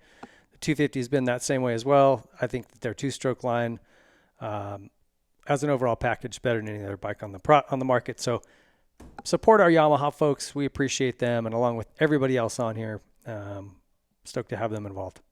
Thank you guys for watching. We've got some cool shows coming up. Hope you guys have been enjoying what we've been putting out. Stick around. More coming. See ya. Yamaha is the industry leader in two-wheeled fun and performance. Celebrating 50 years of YZ in 2024, the Blue Crew is still dominating shootouts and competitions. Yamaha, revs your heart. Troy Lee Designs is the leader in off-road motocross apparel and style. So whether you're looking for a cool new paint job for your helmet, maybe your name and number on your helmet lettered on, you're looking for new gear, you're looking for mountain bike gear, off-road gear, they've got the brand new Scout line and GP and SE models. Troy Lee Designs has it all. They've been leading this industry for decades, and they're going to continue to do it. Check out TroyLeeDesigns.com. SKDA is a moto graphics and seat covers company with several offices based around the globe. For too long, bikes and graphics have all looked the same. They just start to blend together. SKDA is working to change that. With super clean and unique design work, a bike with SKDA graphics stands out in a crowd and adds a touch of art to the world of moto. Hey, we need that. SKDA prides itself on providing premium customer service both before and after the sale is made. Visit SKDA online to view the current product range and get in touch with their team to get your bike refreshed. I want to just make a mention here that these guys, not only is their design way outside the box, very, very cool, they'll work with you on custom things. The products are incredible. Okay, they'll speak for themselves. But what's really awesome, and you'll notice this the minute you order one of these, man, they give you an email saying, hey, the product's been shipped. Hey, the product is here. It landed in this spot. Hey, it's coming today. Hey, your product's been delivered. They just so good about staying in touch with you and letting you know where it's at. Customer service is 100%, and that's just something that's rare these days. Check out SKDA. Here at the Whiskey Throttle Show, we're all about supporting brands that support our sport. And there's one tire company that has never walked away from the sport of motocross and supercross, and it's Dunlop. When times got tough and the economy took a crash, Dunlop stepped up and stayed with our sport to support it and the athletes and individuals that love it. Their MX-53 line and MX-33 lines absolutely dominate this sport. Every national championship at the pro level has been won in the last decade, and nearly every single amateur national championship at Loretta Lynn's has been won on a Dunlop. So if you're looking for high performance, you're looking for amazing quality, and you're looking to support a brand that never turns its back on our sport, there's only one choice for you, and it's Dunlop. Pro Circuit is the leader in aftermarket performance and quality. Whether you're looking for a little more horsepower out of your engine, some quality hard parts to improve the way your bike feels and looks, better handling through suspension or linkage arms, Pro Circuit is where you need to stop. It's your one-stop shop. You can go in there and get everything you need to make your motorcycle go from average to exceptional. Pro Circuit's got enough number one plates on their wall to side an entire home, and there's a reason for that. They're very, very good at what they do. The highest quality products with one goal in mind, and that's winning. check out ProCircuit.com. Nihilo Concepts is leading the way in aftermarket hard parts. With their secondary on-switch device, something that was much needed in this sport, they've been innovating and bringing new products to market. Their latest is the new Nihilo Run Cool brake pistons. They're designed to be stronger than stock and provide exceptional cooling performance with less brake drag. Most OEM calipers pistons are made from aluminum that just can't hold up to the heat and extreme demands of serious racing. When they get hot, the aluminum will distort, causing loss of hydraulic pressure and brake failure. Nihilo's Run Cool pistons limit the area that boiling hot hydraulic fluid is able to come in contact with the piston, leaving 2/3 of the piston volume in open air with breather holes to enhance the cooling ability. It's made of a proprietary stainless blend, which is better at dissipating heat. You have issues with brake fade or brake failure, check out Nihilo Concepts among their many amazing hard parts and carbon fiber parts and titanium. NihiloConcepts.com. Seat Concepts is the leader in motorcycle saddles. If you're looking for a new cover or a new seat entirely, Seat Concepts is the place to go. They make custom seat foams catered to your height, weight, riding ability, riding type.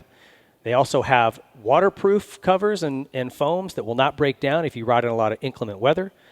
And they pride themselves on being much more comfortable than OEM or any other aftermarket company. If you're looking for a new seat or a new cover, Seat Concepts, there's nothing better. Need to replace something on your bike that's worn out? Look no further than Prix. These guys aim to make everything OEM quality or better at an affordable price.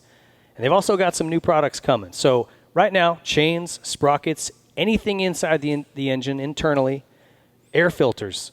If it wears out, Prix makes it, and they make it at a quality level that's OEM or better. And they've got some new things coming that are awesome. A complete engine rebuild kits for the Polaris RZR 800s. Need to replace something on your bike that's worn out? Look no further than Prix. These guys aim to make everything OEM quality or better at an affordable price. And they've also got some new products coming. So right now, chains, sprockets, anything inside the engine internally, air filters. If it wears out, Prix makes it, and they make it at a quality level that's OEM or better. And they've got some new things coming that are awesome. A complete engine rebuild kits for the... If you've got a little Grom that's looking to get started in the motorcycle world, the best way to get them going is on a Stasic bike. They've got multiple sizes, so from your very young Groms to those who are a little more grown up, you can start them safely. They've got controls that allow you to control the speed so he can't get going too quick. They can touch the ground. There's not a lot of noise to distract them. It's the perfect way to get your child involved in motorcycling at a very young age. And if you've got a kid who's already out ripping, there's series popping up all over. For those of you in Southern California, go to www.ameminicross.com and join their local series. If you're outside of this state, contact your local track and ask them about starting a Stasic class at your local track. Get over to Stasic.com and check out all they've got going on. And finally, last but not least, Specialized Bicycles. If you are in the market to start pedaling, this is where you want to start. They've got great entry-level bikes all the way up to the Cadillac, the new Levo e-bike, anything in between, man. It doesn't matter what kind of riding you're doing. Go check out and start with Specialized. Don't waste your time on something that's going to break. The derailleur's not going to shift after a couple months. Get something quality. These guys make it. Specialized leads that industry. Thanks for watching and listening to the Whiskey Throttle Show. Be sure to like and subscribe to get notified when new shows go up. And be sure to follow us on Instagram and TikTok. And visit whiskeythrottlemedia.com for additional content.